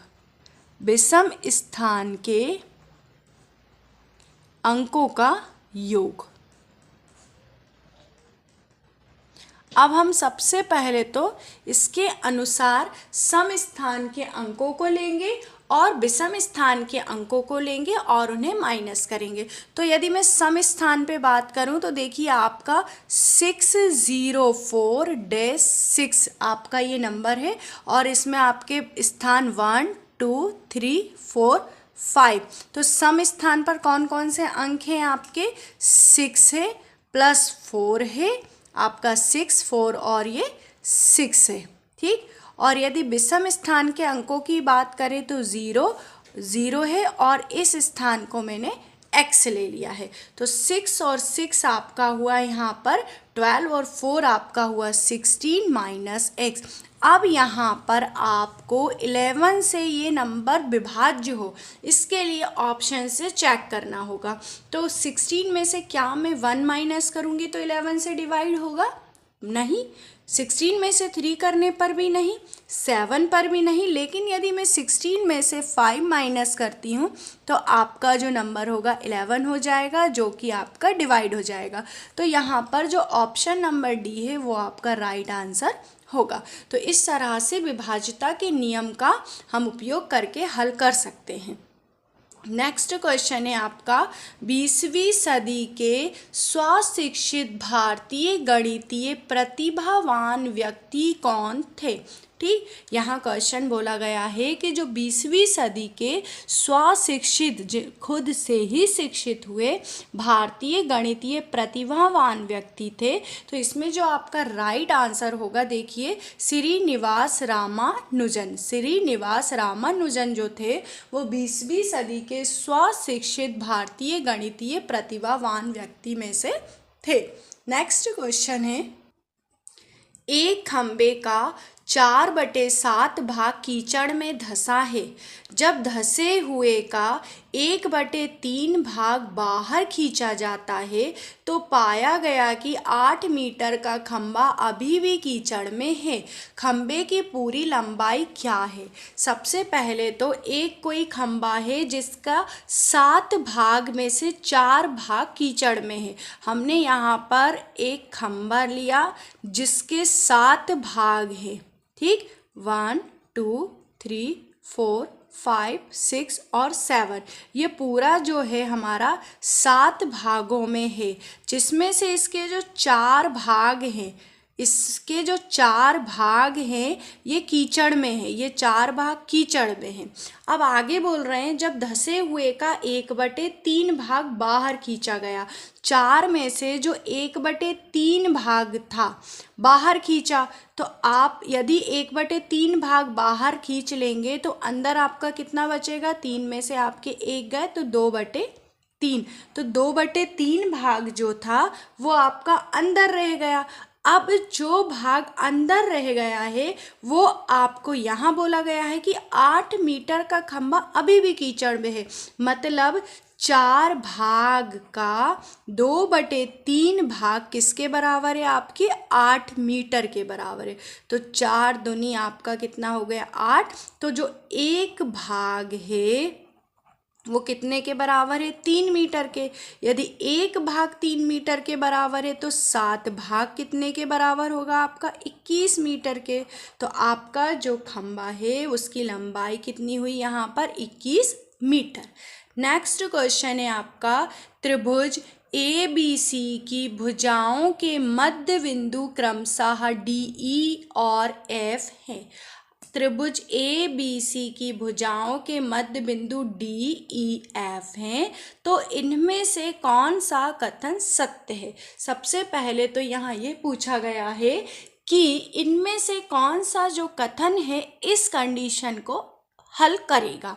देखिए त्रिभुज डी ई एफ क्या बराबर होगा त्रिभुज ए बी सी के, ये तो बराबर हो ही नहीं सकता क्योंकि इसके अंदर बन रहा है। त्रिभुज डी ई एफ का क्षेत्रफल होगा 1/2 त्रिभुज ए बी सी के क्षेत्रफल का। नेक्स्ट है त्रिभुज डी ई एफ का जो क्षेत्रफल होगा वो 1/3 होगा त्रिभुज ए बी सी के क्षेत्रफल के। तो देखिए जब भी इस तरह की बात आती है तो आप सबसे पहले तो यहाँ पर देखेंगे कि ये कितने पार्ट में डिवाइड हो रहा है। तो यहाँ पर कितने पार्ट बन रहे हैं त्रिभुज के, 1 2 3 और 4, मतलब ये है कि ये त्रिभुज आपको 4 भागों में विभाजित कर रहा है। मतलब ये जो होगा आपका त्रिभुज डी ई एफ की बात कर रहे हैं, जो कि आपके त्रिभुज ए बी सी के 1/4 पार्ट के क्षेत्रफल के बराबर होगा, जो कि है आपके ऑप्शन नंबर डी में, जो कि आपका राइट आंसर होगा। नेक्स्ट क्वेश्चन देखते हैं, 2 संख्याओं में से बड़ी संख्या का 2 गुना छोटी संख्या के 5 गुने से 3 ज़्यादा है तथा बड़ी संख्या के 4 गुने और छोटी संख्या के 3 गुने का जो योग है वो आपका 71 है, तब आपको वे संख्याएं बताना है। ठीक, तो सबसे पहले तो ये जो क्वेश्चन है इसमें 2 संख्याओं में से बड़ी संख्या का 2 गुना, ठीक, बड़ी संख्या का 2 गुना करना है। तो ये वाला जो क्वेश्चन है आप ऑप्शन से हल करेंगे तो बहुत जल्दी हल होंगे। तो सबसे पहले तो आप पहला ऑप्शन देखते हैं, बड़ी संख्या जो है इन दोनों में इसका 2 गुना, मतलब जो 43 है इसका 2 गुना, छोटी संख्या के 5 गुने, छोटी संख्या के 5 गुने से 3 ज़्यादा है। और फिर आगे बोला है बड़ी संख्या के 4 गुने, बड़ी संख्या के 4 गुने और छोटी संख्या के 3 गुने का जो योग है वो आपका 71 है। तो आप देखेंगे यहाँ पर 4 3 जा आपका कितना हो रहा है, यहाँ पर 12 और 4 4 जा 16 और 1 आप इसे सॉल्व करेंगे तो यहाँ पर तो आपका जो योग है वो बहुत ही ज़्यादा आ रहा है, मतलब आपका ऑप्शन नंबर ए तो होगा ही नहीं। अब हम ऑप्शन नंबर सी चेक करते हैं। आप रैंडमली कोई भी ऑप्शन उठा के चेक कर सकते हैं। ऑप्शन नंबर में सी चेक कर रही हूँ। आपको यहाँ बोला गया है कि बड़ी संख्या के 4 गुने, मतलब 14 × 4 और छोटी संख्या के 3 गुने का जो योग है वो 71 है। तो आप यहाँ पर देखेंगे ये तो आपका हो गया 15 और ये हुआ 56, आपका ये जो योग है 71 है। तो इस तरह से आप ऑप्शन के अकॉर्डिंग भी कर सकते हैं और बहुत जल्दी ही कर पाएंगे। तो ऑप्शन नंबर सी आपका राइट आंसर होगा। नेक्स्ट क्वेश्चन है, यदि 2 संख्याओं का अंतर तथा गुणनफल क्रमशः 5 और 36 हो तो उनके व्युत्क्रमों का अंतर होगा। 2 संख्याओं का अंतर और आपको गुणनफल दिया हुआ है, तो मान लो कि वे संख्याएं, एक आपकी x है दूसरी आपकी y है, उनका अंतर 5 है और उनका जो गुणनफल है वो आपका 36 है। अब आपको व्युत्क्रम निकालने हैं। तो व्युत्क्रम निकालना है तो हम इसमें x माइनस वाई में एक्स वाई से यदि डिवाइड कर दे, देखिए x माइनस वाई में एक्स वाई से डिवाइड कर दे तो आपका 5/36 हुआ। इस इक्वेशन को मैं x upon X Y minus Y upon X Y लिखूँगी और जो कि आपका इक्वल होगा 5/36 के। x से x कैंसिल, y से y कैंसिल, तो आपका हुआ 1/y माइनस 1/x जो कि है आपका 5/36 के। तो आप यहाँ देख सकते हैं कि कितनी जल्दी, बहुत ही कम समय में हमने इस क्वेश्चन को सॉल्व कर लिया। तो आपका 5/36 option number B right answer हुआ। नेक्स्ट क्वेश्चन है 5 सेंटीमीटर एक भुजा वाले एक घन के सभी फलकों पर रंग लगाया जाता है। यदि इसे 1 सेंटीमीटर 3 वाले घनों में काटा जाता है तो 1 सेंटीमीटर 3 वाले कितने फलकों पर केवल एक ही रंग है। ठीक, तो सबसे पहले तो मैं आपको यहाँ पर घन की बात करती हूँ। तो घन आपका कुछ इस तरह से होगा। अब इसमें जो है आपका कुछ फलकें हैं जिन्हें कलर किया गया है, लेकिन बोला गया है कि एक ही तरफ वाली फलक कितनी है जिन पे रंग है। ठीक है, तो सबसे पहले यदि हम फलक की बात करें तो आपको 5 सेंटीमीटर की एक भुजा वाले एक घन के 5-5 सेंटीमीटर की है। तो देखिए हमने इसे 5 पार्ट में डिवाइड किया। तब आपको यहाँ बोला गया है कि सिर्फ एक ही तरफ रंग, तो यदि मैं इस तरफ की फलकें लूँगी तो ये इस तरफ से भी कलर रहेंगी, कोटिंग रहेगी कलर की। ठीक, और हम किसी चारों तरफ की कोई भी फलक नहीं ले सकते। तब फिर आपकी सिर्फ जो फलक बच रही हैं ये बीच वाली 1 2 3 4 5 6। ठीक, तो इस तरह से यदि हम देखें बीच में 6 7 8 9 जो फलक हैं वो आपकी सिर्फ एक ही तरफ के रंग वाली रहेंगी। अब 9 यदि यहाँ पर है तो आपकी टोटल कितने फेस हैं इसके 6 हैं, तो 9 6 54। तो टोटल आपका जो आंसर होगा डी। आप इसे इस तरह से बना करके भी समझ सकते हैं कि देखिए आपके इससे 5 सेंटीमीटर वाले घनों में विभाजित किया गया है यहाँ पर। तब इस तरफ के जो हैं ये वाले जो मिड वाले हैं ये सिर्फ एक ही तरफ कलर वाले होंगे, तो इसीलिए हमने सिर्फ इन्हीं को लिया है। और 9 टोटल थे, 6 आपके टोटल फेस है, तो 9 × 6। नेक्स्ट क्वेश्चन है किसी 2 अंकीय संख्या के अंकों का गुणनफल 6 है। उस संख्या में 9 जोड़ने से प्राप्त संख्या में अंकों के स्थान बदल जाते हैं, तो वह संख्या है। अंकों का गुणनफल कितना है आपका यहाँ पर 6। देखिए अंकों का गुणनफल एक यहाँ 6 है और एक यहाँ 6, मतलब आपके ये 2 ऑप्शन तो कैंसिल हो गए। अब उस संख्या में 9 जोड़ने पर आप 9 जोड़ दो, यहाँ पर कितना आ जाएगा आपका यहाँ पर 25।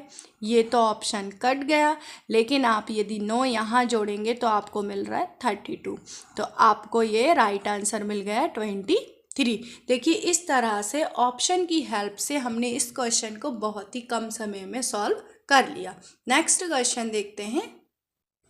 किसी प्राकृतिक संख्या का प्रत्येक अंक या तो 3 या 4 है। यह संख्या 3 और 4 दोनों से विभाजित है। ऐसी सबसे छोटी संख्या क्या है। ठीक, यहाँ पर बोला गया है कि आपकी कोई संख्या है जो कि 3 और 4 दोनों से विभाजित है।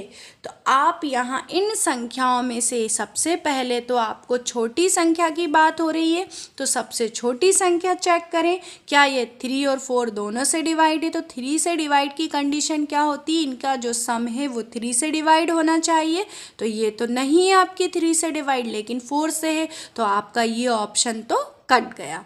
फिर इससे बड़ा ऑप्शन देखेंगे। देखिए 3 + 3 6 + 3 9, ये 3 से डिवाइड है लेकिन ये 4 से डिवाइड नहीं है, तो ये ऑप्शन आपका कैंसिल। फिर आते हैं हम इस ऑप्शन पे, 4 + 4 + 4 आपका 12 जो कि 3 से डिवाइड है, और यहाँ पर आपका 4 भी है तो ये 4 से भी डिवाइड है। तो आपका जो ऑप्शन नंबर बी है वो होगा 4 4 4।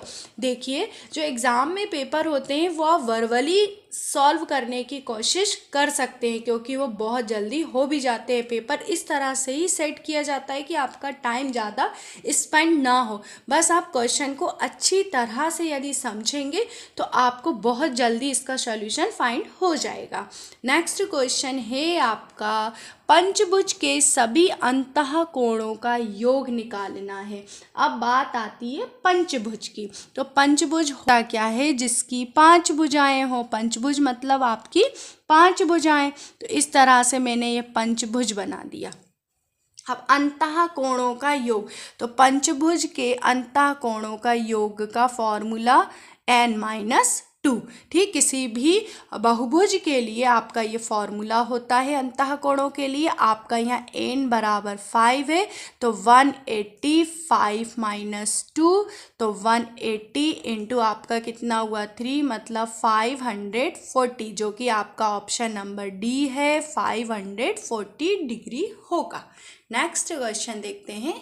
क्वेश्चन है आपका, चित्र में रेखा PAQ वृत्त को बिंदु A पर स्पर्श करती है तथा ABCD एक चक्रीय चतुर्भुज है। देखिए यहाँ पर आपको एक चित्र दिया हुआ है जहाँ पर जो PAQ जो रेखा है इस वृत्त को बिंदु A पर स्पर्श करती है, और ABCD जो है यह एक चक्रीय चतुर्भुज है।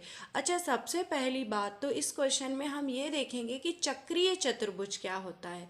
ठीक, तो चक्रीय चतुर्भुज मीन्स आपका इस तरह का चतुर्भुज जिसकी सर्कल को चारों कोने स्पर्श करें। मतलब सर्कल को जिसके चतुर्भुज के चारों कोनों यदि स्पर्श करते हैं तो वह आपका चक्रीय चतुर्भुज कहलाता है। अब चक्रीय चतुर्भुज की एक और प्रॉपर्टी होती है कि उसके जो सामने के कोण होते हैं उनका जो योग होता है वह 180 अंश होता है। तो यहाँ पर एंगल A और एंगल C जो है इनका जो एडिशन होगा वो 180 डिग्री, और एंगल B और एंगल D जो होगा वो आपका 180 डिग्री होगा। तो चक्रीय चतुर्भुज की 3 बातें हमें यहाँ से क्लियर हुई कि जिसके कोने वृत्त को टच करें और उनके सामने के कोणों का योग 180 डिग्री हो। फिर आगे आपको दिया हुआ है कि जो एंगल है CAQ वो 70 डिग्री है, तो एंगल ABC होगा।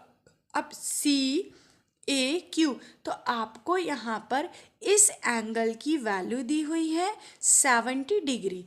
अब यदि मैं आपको इस तरह का सर्कल बताती हूँ और उसके अंदर यदि कोई ट्रायंगल बनता है तो ये वाला जो एंगल होगा इसके इस एंगल के इक्वल होगा इस प्रॉपर्टी से, कि हमारा ये वाला जो एंगल होगा वो इस एंगल के इक्वल होगा। तो यदि ये 70 डिग्री है तो आपका ये भी 70 डिग्री होना चाहिए।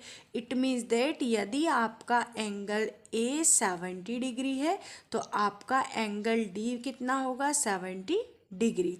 अब हमें निकालना है एंगल B।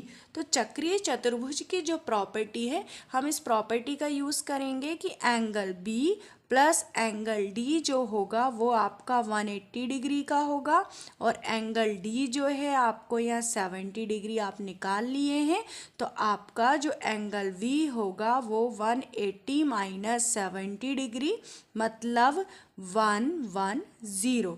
तो आपका यहाँ पर राइट आंसर होगा ऑप्शन नंबर ए 110। तो आपने देखा कि किस तरह से हमने चक्रीय चतुर्भुज की जो प्रॉपर्टी है उसका यूज़ करते हुए इस क्वेश्चन को सॉल्व किया। नेक्स्ट क्वेश्चन है आपका, 8 पेन का क्रय मूल्य 16 पेन के विक्रय मूल्य के बराबर है तो लाभ प्रतिशत निकालना है। अब यहाँ पर आपको 8 पेन दिए हुए हैं जिनका आपका क्रय मूल्य जो है आपका 8 पेन है और इनका जो क्रय मूल्य है वो आपके 6 पेन के विक्रय मूल्य के बराबर है। तो हम यहाँ से क्रय मूल्य और विक्रय मूल्य का यदि अनुपात निकालें तो आपका कितना हो जाएगा 6:8। मतलब यदि आपका क्रय मूल्य आपका CP 6 है और विक्रय मूल्य 8 है तो इस कंडीशन में आपको यहाँ पर क्या हो रहा है, लाभ हो रहा है। तो आपको निकालना है क्या, लाभ प्रतिशत। तो लाभ प्रतिशत क्या होता है, लाभ बटे आपका जो भी क्रय मूल्य है इनटू आपका 100। तो आपका क्या हो जाएगा, लाभ आपको कितने का हो रहा है यहाँ पर 2 रुपीज़ का। 8 - 6 और 2 अपॉन आपका 6 इंटू 100 और 2 से कैंसिल 3 टाइम्स और 100 अपॉन 3 मतलब 33.1/3% आपका यहाँ पर राइट आंसर होगा, जो कि है आपका option number A. Next question है आपका, निम्न में से कौन सी परिमेय संख्या 3/5 और 4/5 के मध्य में नहीं है। ये सभी जो क्वेश्चन है आपके लिए काफ़ी बेनिफिशियल रहने वाले हैं। यदि आप एग्ज़ाम से एक दिन पहले भी सारी सीरीज़ लगा के प्रैक्टिस करते तो आपका बहुत अच्छा रिवीजन हो जाएगा। कि कोशिश करें कि पूरे क्वेश्चंस आप करें, वीडियो पॉज करें और क्वेश्चन सॉल्व करें। निम्न में से कौन सी परिमेय संख्या 3/5 और 4/5 के बीच में नहीं है। अब बात कर रहे हैं हम 3/5 और 4/5 के बीच में यहाँ पर कौन सी परिमेय संख्या इनमें से नहीं है। तो सबसे पहले तो 3/5 यदि हम इसे डेसिमल फॉर्म में लिखें तो 0.6 और इसे आप यदि डेसिमल फॉर्म में लिखें तो 0.8। मतलब आपकी यहाँ पर 0.6 से 0.8 के मिड की जो भी संख्याएं वो आएंगी और इसके पहले वाली और इसके बाद वाली संख्याएं नहीं होंगी। तो यदि हम इसे दशमलव में देखते हैं तो ये आपका होगा 0.7 और 19 में यदि आप 30 से डिवाइड करेंगे तो ये भी आपका अराउंड 0.6 होगा। 2/3 तो आपका ये होगा 0.66 इस तरह से आएगा और 16/30 जो कि होगा आपका 0.5। आप इसे डिवाइड करेंगे तो आप यहाँ देख सकते हैं कि ये भी आपका इनके मिड में होगा, ये नंबर भी आपका यहीं होगा, ये नंबर भी यहीं होगा, लेकिन आपका 0.5 जो है ये इसके मध्य में नहीं होगा। तो जो आपका ऑप्शन नंबर डी है वो आपका यहाँ पर राइट आंसर होगा। ठीक, इस तरह से आप क्वेश्चन को कोशिश करें कि सरलतम रूप में हल करने की कोशिश करें। नेक्स्ट क्वेश्चन है आपका, यदि 3 पेन 2 पेंसिल और 4 रबर का मूल्य ₹92 है तथा 8 पेंसिल और 16 रबर का मूल्य ₹68 है तब 24 पेन का मूल्य है। ठीक, तो सबसे पहले तो मैं यहाँ पर देखूंगी कि 3 पेन हैं आपके, 2 पेंसिल हैं आपकी, 2 पेंसिल है और आपकी 4 जो है रबर है और इन सभी का जो मूल्य है आपका वो है आपका 92। ठीक, फिर आगे बोला है कि 8 आपकी पेंसिल हैं और आपकी 16 रबर हैं जिनका मूल्य है आपका 68।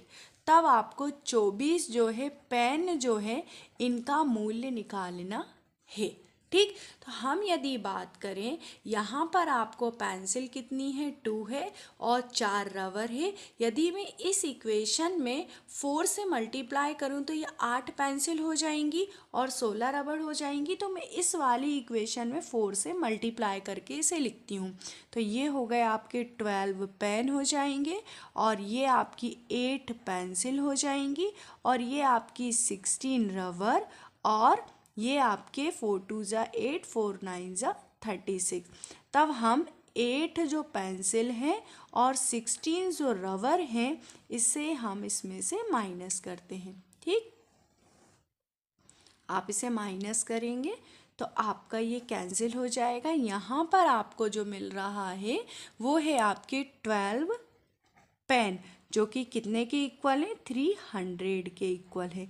ठीक, आपको निकालना है 24 पेन की कीमत, तो आप यहाँ मल्टीप्लाई किससे करेंगे, 2 से। तो आपका कितना हो जाएगा, 24, आपका 24 पेन जो होंगे उनका मूल्य होगा 600 रुपीज़। ठीक, तो देखा आपने किस तरह से मैंने क्वेश्चन को सरलतम रूप में हल किया।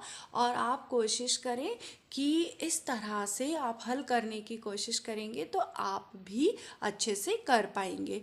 और एक और बात कि आई होप कि आपको सभी क्वेश्चंस अच्छे से समझ में आ रहे होंगे। आप पोज करते हुए क्वेश्चंस को समझते हुए और फिर सॉल्व करने की कोशिश करें। तो यहाँ पर आपका ऑप्शन नंबर डी सही होगा।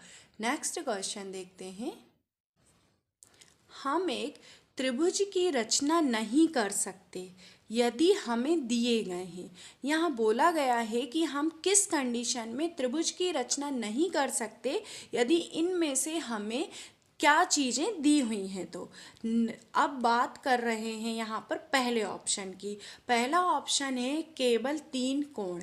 यदि आपको कोई भी त्रिभुज के सिर्फ कोण ही कोण दिए हैं, पहले ऑप्शन के अकॉर्डिंग यदि आपको कोई भी त्रिभुज के सिर्फ कोण ही कोण दिए हैं तो क्या आप त्रिभुज की रचना कर सकते हैं। तो इस कंडीशन में आपको यदि भुजा नहीं दी है तो आप रचना नहीं कर सकते। ठीक है, भुजा होना जरूरी है। पहले ऑप्शन से तो हम नहीं कर सकते। दूसरे ऑप्शन में यदि आपको कोई 2 कोण दिए हैं, मान लो आपको एक एंगल ये वाला दिया हुआ है आपको और एक एंगल आपको ये वाला दिया हुआ है, तो आप एक भुजा दी हुई तो आप भी ऑप्शन से तो कर सकते हैं क्योंकि आपको 2 कोण दिए हैं तो आप इसको मिला देंगे, आपको भुजा भी मिल जाएगी। फिर तीसरा ऑप्शन है आपका कि केवल 3 भुजा दी है। यदि आपको 3 भुजाओं की वैल्यू दी है कि एक भुजा इतने सेंटीमीटर की, एक भुजा इतने सेंटीमीटर की और एक भुजा इतने सेंटीमीटर की, तो भी आप त्रिभुज की रचना कर सकते हैं। अब 2 भुजा दी है, आपको 2 भुजा दी है और उनके मध्य का कोण दिया है, ठीक, तब भी आप त्रिभुज की रचना कर सकते हैं। तो मतलब सीधी सी बात ये हुई कि यदि आपको भुजा नहीं दी है तो आप त्रिभुज की रचना नहीं कर सकते। तो ऑप्शन नंबर जो ए होगा वो आपका यहाँ से राइट आंसर होगा। ठीक, यदि नेक्स्ट क्वेश्चन है आपका, यदि किसी आयताकार भूखंड की लंबाई और चौड़ाई में 50% और 20% की वृद्धि कर दी जाए तो उसका क्षेत्रफल कितना होगा। ठीक, यहाँ पर बात हो रही है एक आयताकार भूखंड है जिसकी लंबाई और चौड़ाई में वृद्धि की जा रही है। तो सबसे पहले तो मैं कभी भी वृद्धि की बात हो तो सबसे पहले आप एक्चुअल उसका एरिया निकाल लें। तो भूखंड का जो पहले क्षेत्रफल था वृद्धि से पहले वो कितना होगा आपका, यदि आपकी लंबाई x है चौड़ाई y है तो आपका कितना होगा, एक्स वाई होगा। अब वृद्धि के बाद आपका क्षेत्रफल कितना होगा, वृद्धि के बाद का क्षेत्रफल। तो हम वृद्धि कितने कितने की कर रहे हैं, 150/100 x और 120/100 y।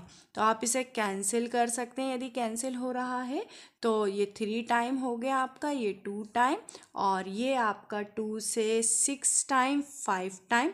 तो इस तरह से हमने इसे कैंसिल कर दिया। अब आपका जो क्षेत्रफल हुआ यहाँ से आप क्षेत्रफल जो लेंगे कितने की वृद्धि हुई है यहाँ पर, तो 3 6 18/2 5 10 xy और आप यहाँ पर जो भी वृद्धि हुई है उसे लेंगे -xy। तो आपका क्या हो जाएगा यहाँ से 8/10 और 8/10 मतलब 4/5। तो आपकी यहाँ पर वृद्धि कितने की हुई है, 4/5 की वृद्धि। तो देखेंगे क्वेश्चन किस तरह से किया कि सबसे पहले तो आयताकार भूखंड का क्षेत्रफल निकाल दिया, कितने गुना बढ़ जाएगा आपसे पूछा गया है यहाँ पर कि कितने गुना बढ़ जाएगा, कितनी वृद्धि नहीं। तो आपने जब इसे कैंसिलेशन किया तो आपका हुआ 9/5 xy। अब ये पूछा गया है कि कितने गुना बढ़ जाएगा, तो कितने गुना के लिए आप इसे सॉल्व करेंगे तो ये आपका 14/5 xy, पहले वाले से बाद वाला जो क्षेत्रफल होगा 14/5 xy हो जाएगा। नेक्स्ट है आपका क्वेश्चन, सामान्य मनुष्य के शरीर का ताप 37 डिग्री सेल्सियस फ़ारेनहाइट है, पैमाने में यह ताप क्या होगा। ये सेल्सियस है तो फ़ारेनहाइट पैमाने में निकालने के लिए आप सीधा सा फॉर्मूला होता है फ़ारेनहाइट से, आप यदि सेल्सियस में दिया हुआ है तो 9/5 इंटू आपका सेल्सियस प्लस आपका 32। ठीक, अब आप 9/5 लेंगे, सेल्सियस में आपका दिया हुआ है 37 प्लस आपका 32, तो आपका ये कितना हो जाएगा, आप इसे 33 प्लस 160 एलसीएम लेके सॉल्व किया मैंने तो 5, और आप डिवाइड लगाएंगे तो 98.6 डिग्री फ़ारेनहाइट होगा। तो ऑप्शन नंबर सी आपका राइट आंसर होगा। तो इस क्वेश्चन में हमें कुछ भी नहीं करना है, फ़ारेनहाइट का डायरेक्ट हम फॉर्मूला यूज़ करेंगे सेल्सियस के फॉर्म में। आप अगला क्वेश्चन देखेंगे। 1 का स्क्वायर 2 का स्क्वायर प्लस डेज डेज 9 का स्क्वायर इज इक्वल्स टू है आपका 285, और फिर आपको निकालना है मान 0.11 का 1 का स्क्वायर प्लस 0.22 का square plus days days days 0.99 के स्क्वायर का मान होगा। तो आप देखिए इस टाइप के क्वेश्चन हर बार एग्ज़ाम में रिपीट होते हैं।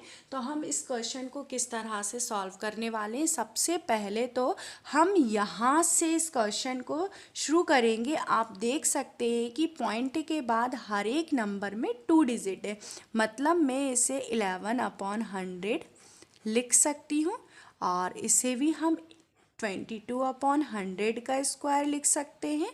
फिर इसी तरह हम इसे 99/100 का स्क्वायर लिखेंगे। आप सभी में से 1/100 का स्क्वायर हम यहाँ पर कॉमन निकाल लेंगे, तो ये आपका इतना हो जाएगा 40। अब आपका यहाँ हुआ 11 का स्क्वायर, 22 का स्क्वायर प्लस डेज डेज 99 का स्क्वायर। तो अब आप यहाँ देख सकते हैं कि जो 11 का टेबल है यहाँ रिपीट हो रहा है, मतलब आप यहाँ से 11 जो है इसे भी कॉमन निकाल सकते हैं। तो आपका यहाँ हुआ 1 का स्क्वायर, 2 का स्क्वायर प्लस डेज डेज 9 का स्क्वायर। आपको समझ में आ रहा होगा आई होप। अब ये जो है आपको क्वेश्चन में इसकी वैल्यू दी हुई है यहाँ से 11/1000 इंटू 285। ठीक, आपको ये वैल्यू क्वेश्चन में दी हुई है, तो आप इस वैल्यू का यूज़ करेंगे यहाँ पर। अब हम यहाँ से थोड़ा सा डाउट कंप्लीट करते हैं कि दशमलव जो है 4 अंकों से पहले होगा, मतलब आपके दो जो ऑप्शन हैं इनमें 4 अंकों से पहले हैं, बाकी जो ऑप्शन है वो आपके यहाँ से कट हो जाएंगे। ठीक, अब आप इसे मल्टीप्लाई करें देन डिवाइड करेंगे तो आपका जो आंसर होगा 3.4485, जो कि आपका ऑप्शन नंबर ए है। इसे आप एक बार और समझेंगे कि किस तरह से किया मैंने। सबसे पहले हमने पॉइंट रिमूव किया, कॉमन पार्ट कॉमन निकाला, फिर 11 कॉमन लिया। आपको इसकी वैल्यू क्वेश्चन में दी हुई थी 285, इसकी वैल्यू आपको दी थी, इसका हमने यूज़ किया और हमारा आंसर हुआ। नेक्स्ट क्वेश्चन है आपका, जो कि हमने साधारण ब्याज से लिया है, और साधारण ब्याज के क्वेश्चन हर बार रिपीट होते हैं। आपके ये सभी बहुत ही इम्पोर्टेंट क्वेश्चंस हैं, तो आप इन्हें अच्छे से लगाइएगा। एक राशि साधारण ब्याज पर 10 वर्षों में दुगनी हो जाती है, कितने वर्षों में यह राशि ब्याज दर से तिगनी हो जाएगी। देखिए, जब भी वर्ष दिए हों और दुगनी और तिगनी की बात हो, तो मैंने आपको लास्ट क्वेश्चन में भी एक फॉर्मूला बताया था T1/T2 N1 - 1 और N2 - 1। अब T1 आपका यहाँ 10 ईयर्स दिया हुआ है, T2 आपको फाइंड करना है, N1 आपका दुगनी है और N2 आपका तिगनी है। तो आप यहाँ पर देखेंगे 1/2, तो आपका T2 कितना होगा यहाँ पर 20, मतलब 20 वर्ष जो होगा वो आपका right answer option number A होगा। तो इस तरह से यदि आप क्वेश्चंस रिवाइज करते हैं, क्वेश्चंस लगाते हैं, तो आपको मेथड्स भी आने लग जाती हैं। नेक्स्ट क्वेश्चन है आपका, 240 अंकों की एक परीक्षा में किसी परीक्षार्थी ने 52 अंक अर्जित किए। किसी परीक्षार्थी ने कितने अंक अर्जित किए? यहाँ पर 52 अंक अर्जित किए। तो पाई आलेख में इसका संगत कोण होगा। अब पाई आलेख की बात हो रही है तो टोटल पाई आलेख आपका 360 डिग्री का होता है और एक परीक्षार्थी ने 240 में से कितने अंक लिए? 52। और पाई आलेख होता है आपका 360 का। आप इसे कैंसिल करेंगे, 4 से ये 6 टाइम, ये 9 टाइम, तो आपका जो आंसर होगा यहाँ पर, आप इसे 3 से भी कैंसिल कर सकते हैं। 2 से ये 3 टाइम, 2 टाइम और ये 6 टाइम, तो 26 से मल्टीप्लाई आपका 3, 3 6 18 और ये 78 जो डिग्री है वो आपका यहाँ पर राइट आंसर होगा। तो देखिए यहाँ पर आलेख की बात की गई थी और आलेख मतलब आपका 360 डिग्री से मल्टीप्लाई। अब नेक्स्ट क्वेश्चन आपका देखिए, बेसिक परसेंटेज का क्वेश्चन है जो कि हर एग्ज़ाम में पूछे ही जाते हैं। P का P% 36 है तो P का मान होगा। अब बात हो रही है P का P% जो है वो आपका 36 है, मतलब P इंटू P/100 जो है आपका 36 है। तो आप P² जो होगा 36 इंटू 100। अब रूट यहाँ पर कन्वर्ट हो जाएगा तो आपका कितना आ जाएगा? ठीक, 6 इंटू 10, मतलब आपका आंसर हुआ 60। तो P का मान क्या होगा? 60। देखिए कितने बेसिक सा क्वेश्चन है ये। नेक्स्ट क्वेश्चन है आपका 2352 इक्वल है आपका 2⁻x into 3⁻y into 7⁻z। तब x plus y plus z का मान निकालना है। तो आपको सबसे पहले तो इसके गुणनखंड निकालने होंगे, क्योंकि आपको ये गुणनखंड के फॉर्म में दिया है। तो आपका ये 2 1 जा 2 और ये 6 हुआ यहाँ पर। फिर आप अगेन यहाँ पर लेंगे 2 5 टाइम, 8 टाइम और फिर ये 8 टाइम हो जाएगा यहाँ से। और फिर हम फिर अगेन 2 ले सकते हैं क्योंकि ये 2 से डिविजिबल नंबर है। 2 2 जा 2 9 जा 2 9 जा। तो आप यहाँ पर देखेंगे 2 2 जा 4, सॉरी यहाँ 4 आएगा। फिर अगेन ये 2 से डिवाइड होगा तो 2 1 जा 2, 2 4 जा और 2 7 जा और 147 है। हम इसे देख रहे हैं 3 से डिवाइड होगा। 3 से ये 4 टाइम 12 और 9 टाइम 27, फिर ये 7 से डिवाइड होगा तो 7 1 जा 7। अब इसके जो गुणनखंड है वो हमें इसी फॉर्म में लिखने हैं। देखिए 3 की पावर 1, 7 की पावर 2। और यदि हम इससे इसे कंपेयर करते हैं तो x की वैल्यू 4, y की वैल्यू 1 और z की वैल्यू आपकी कितनी आ गई है?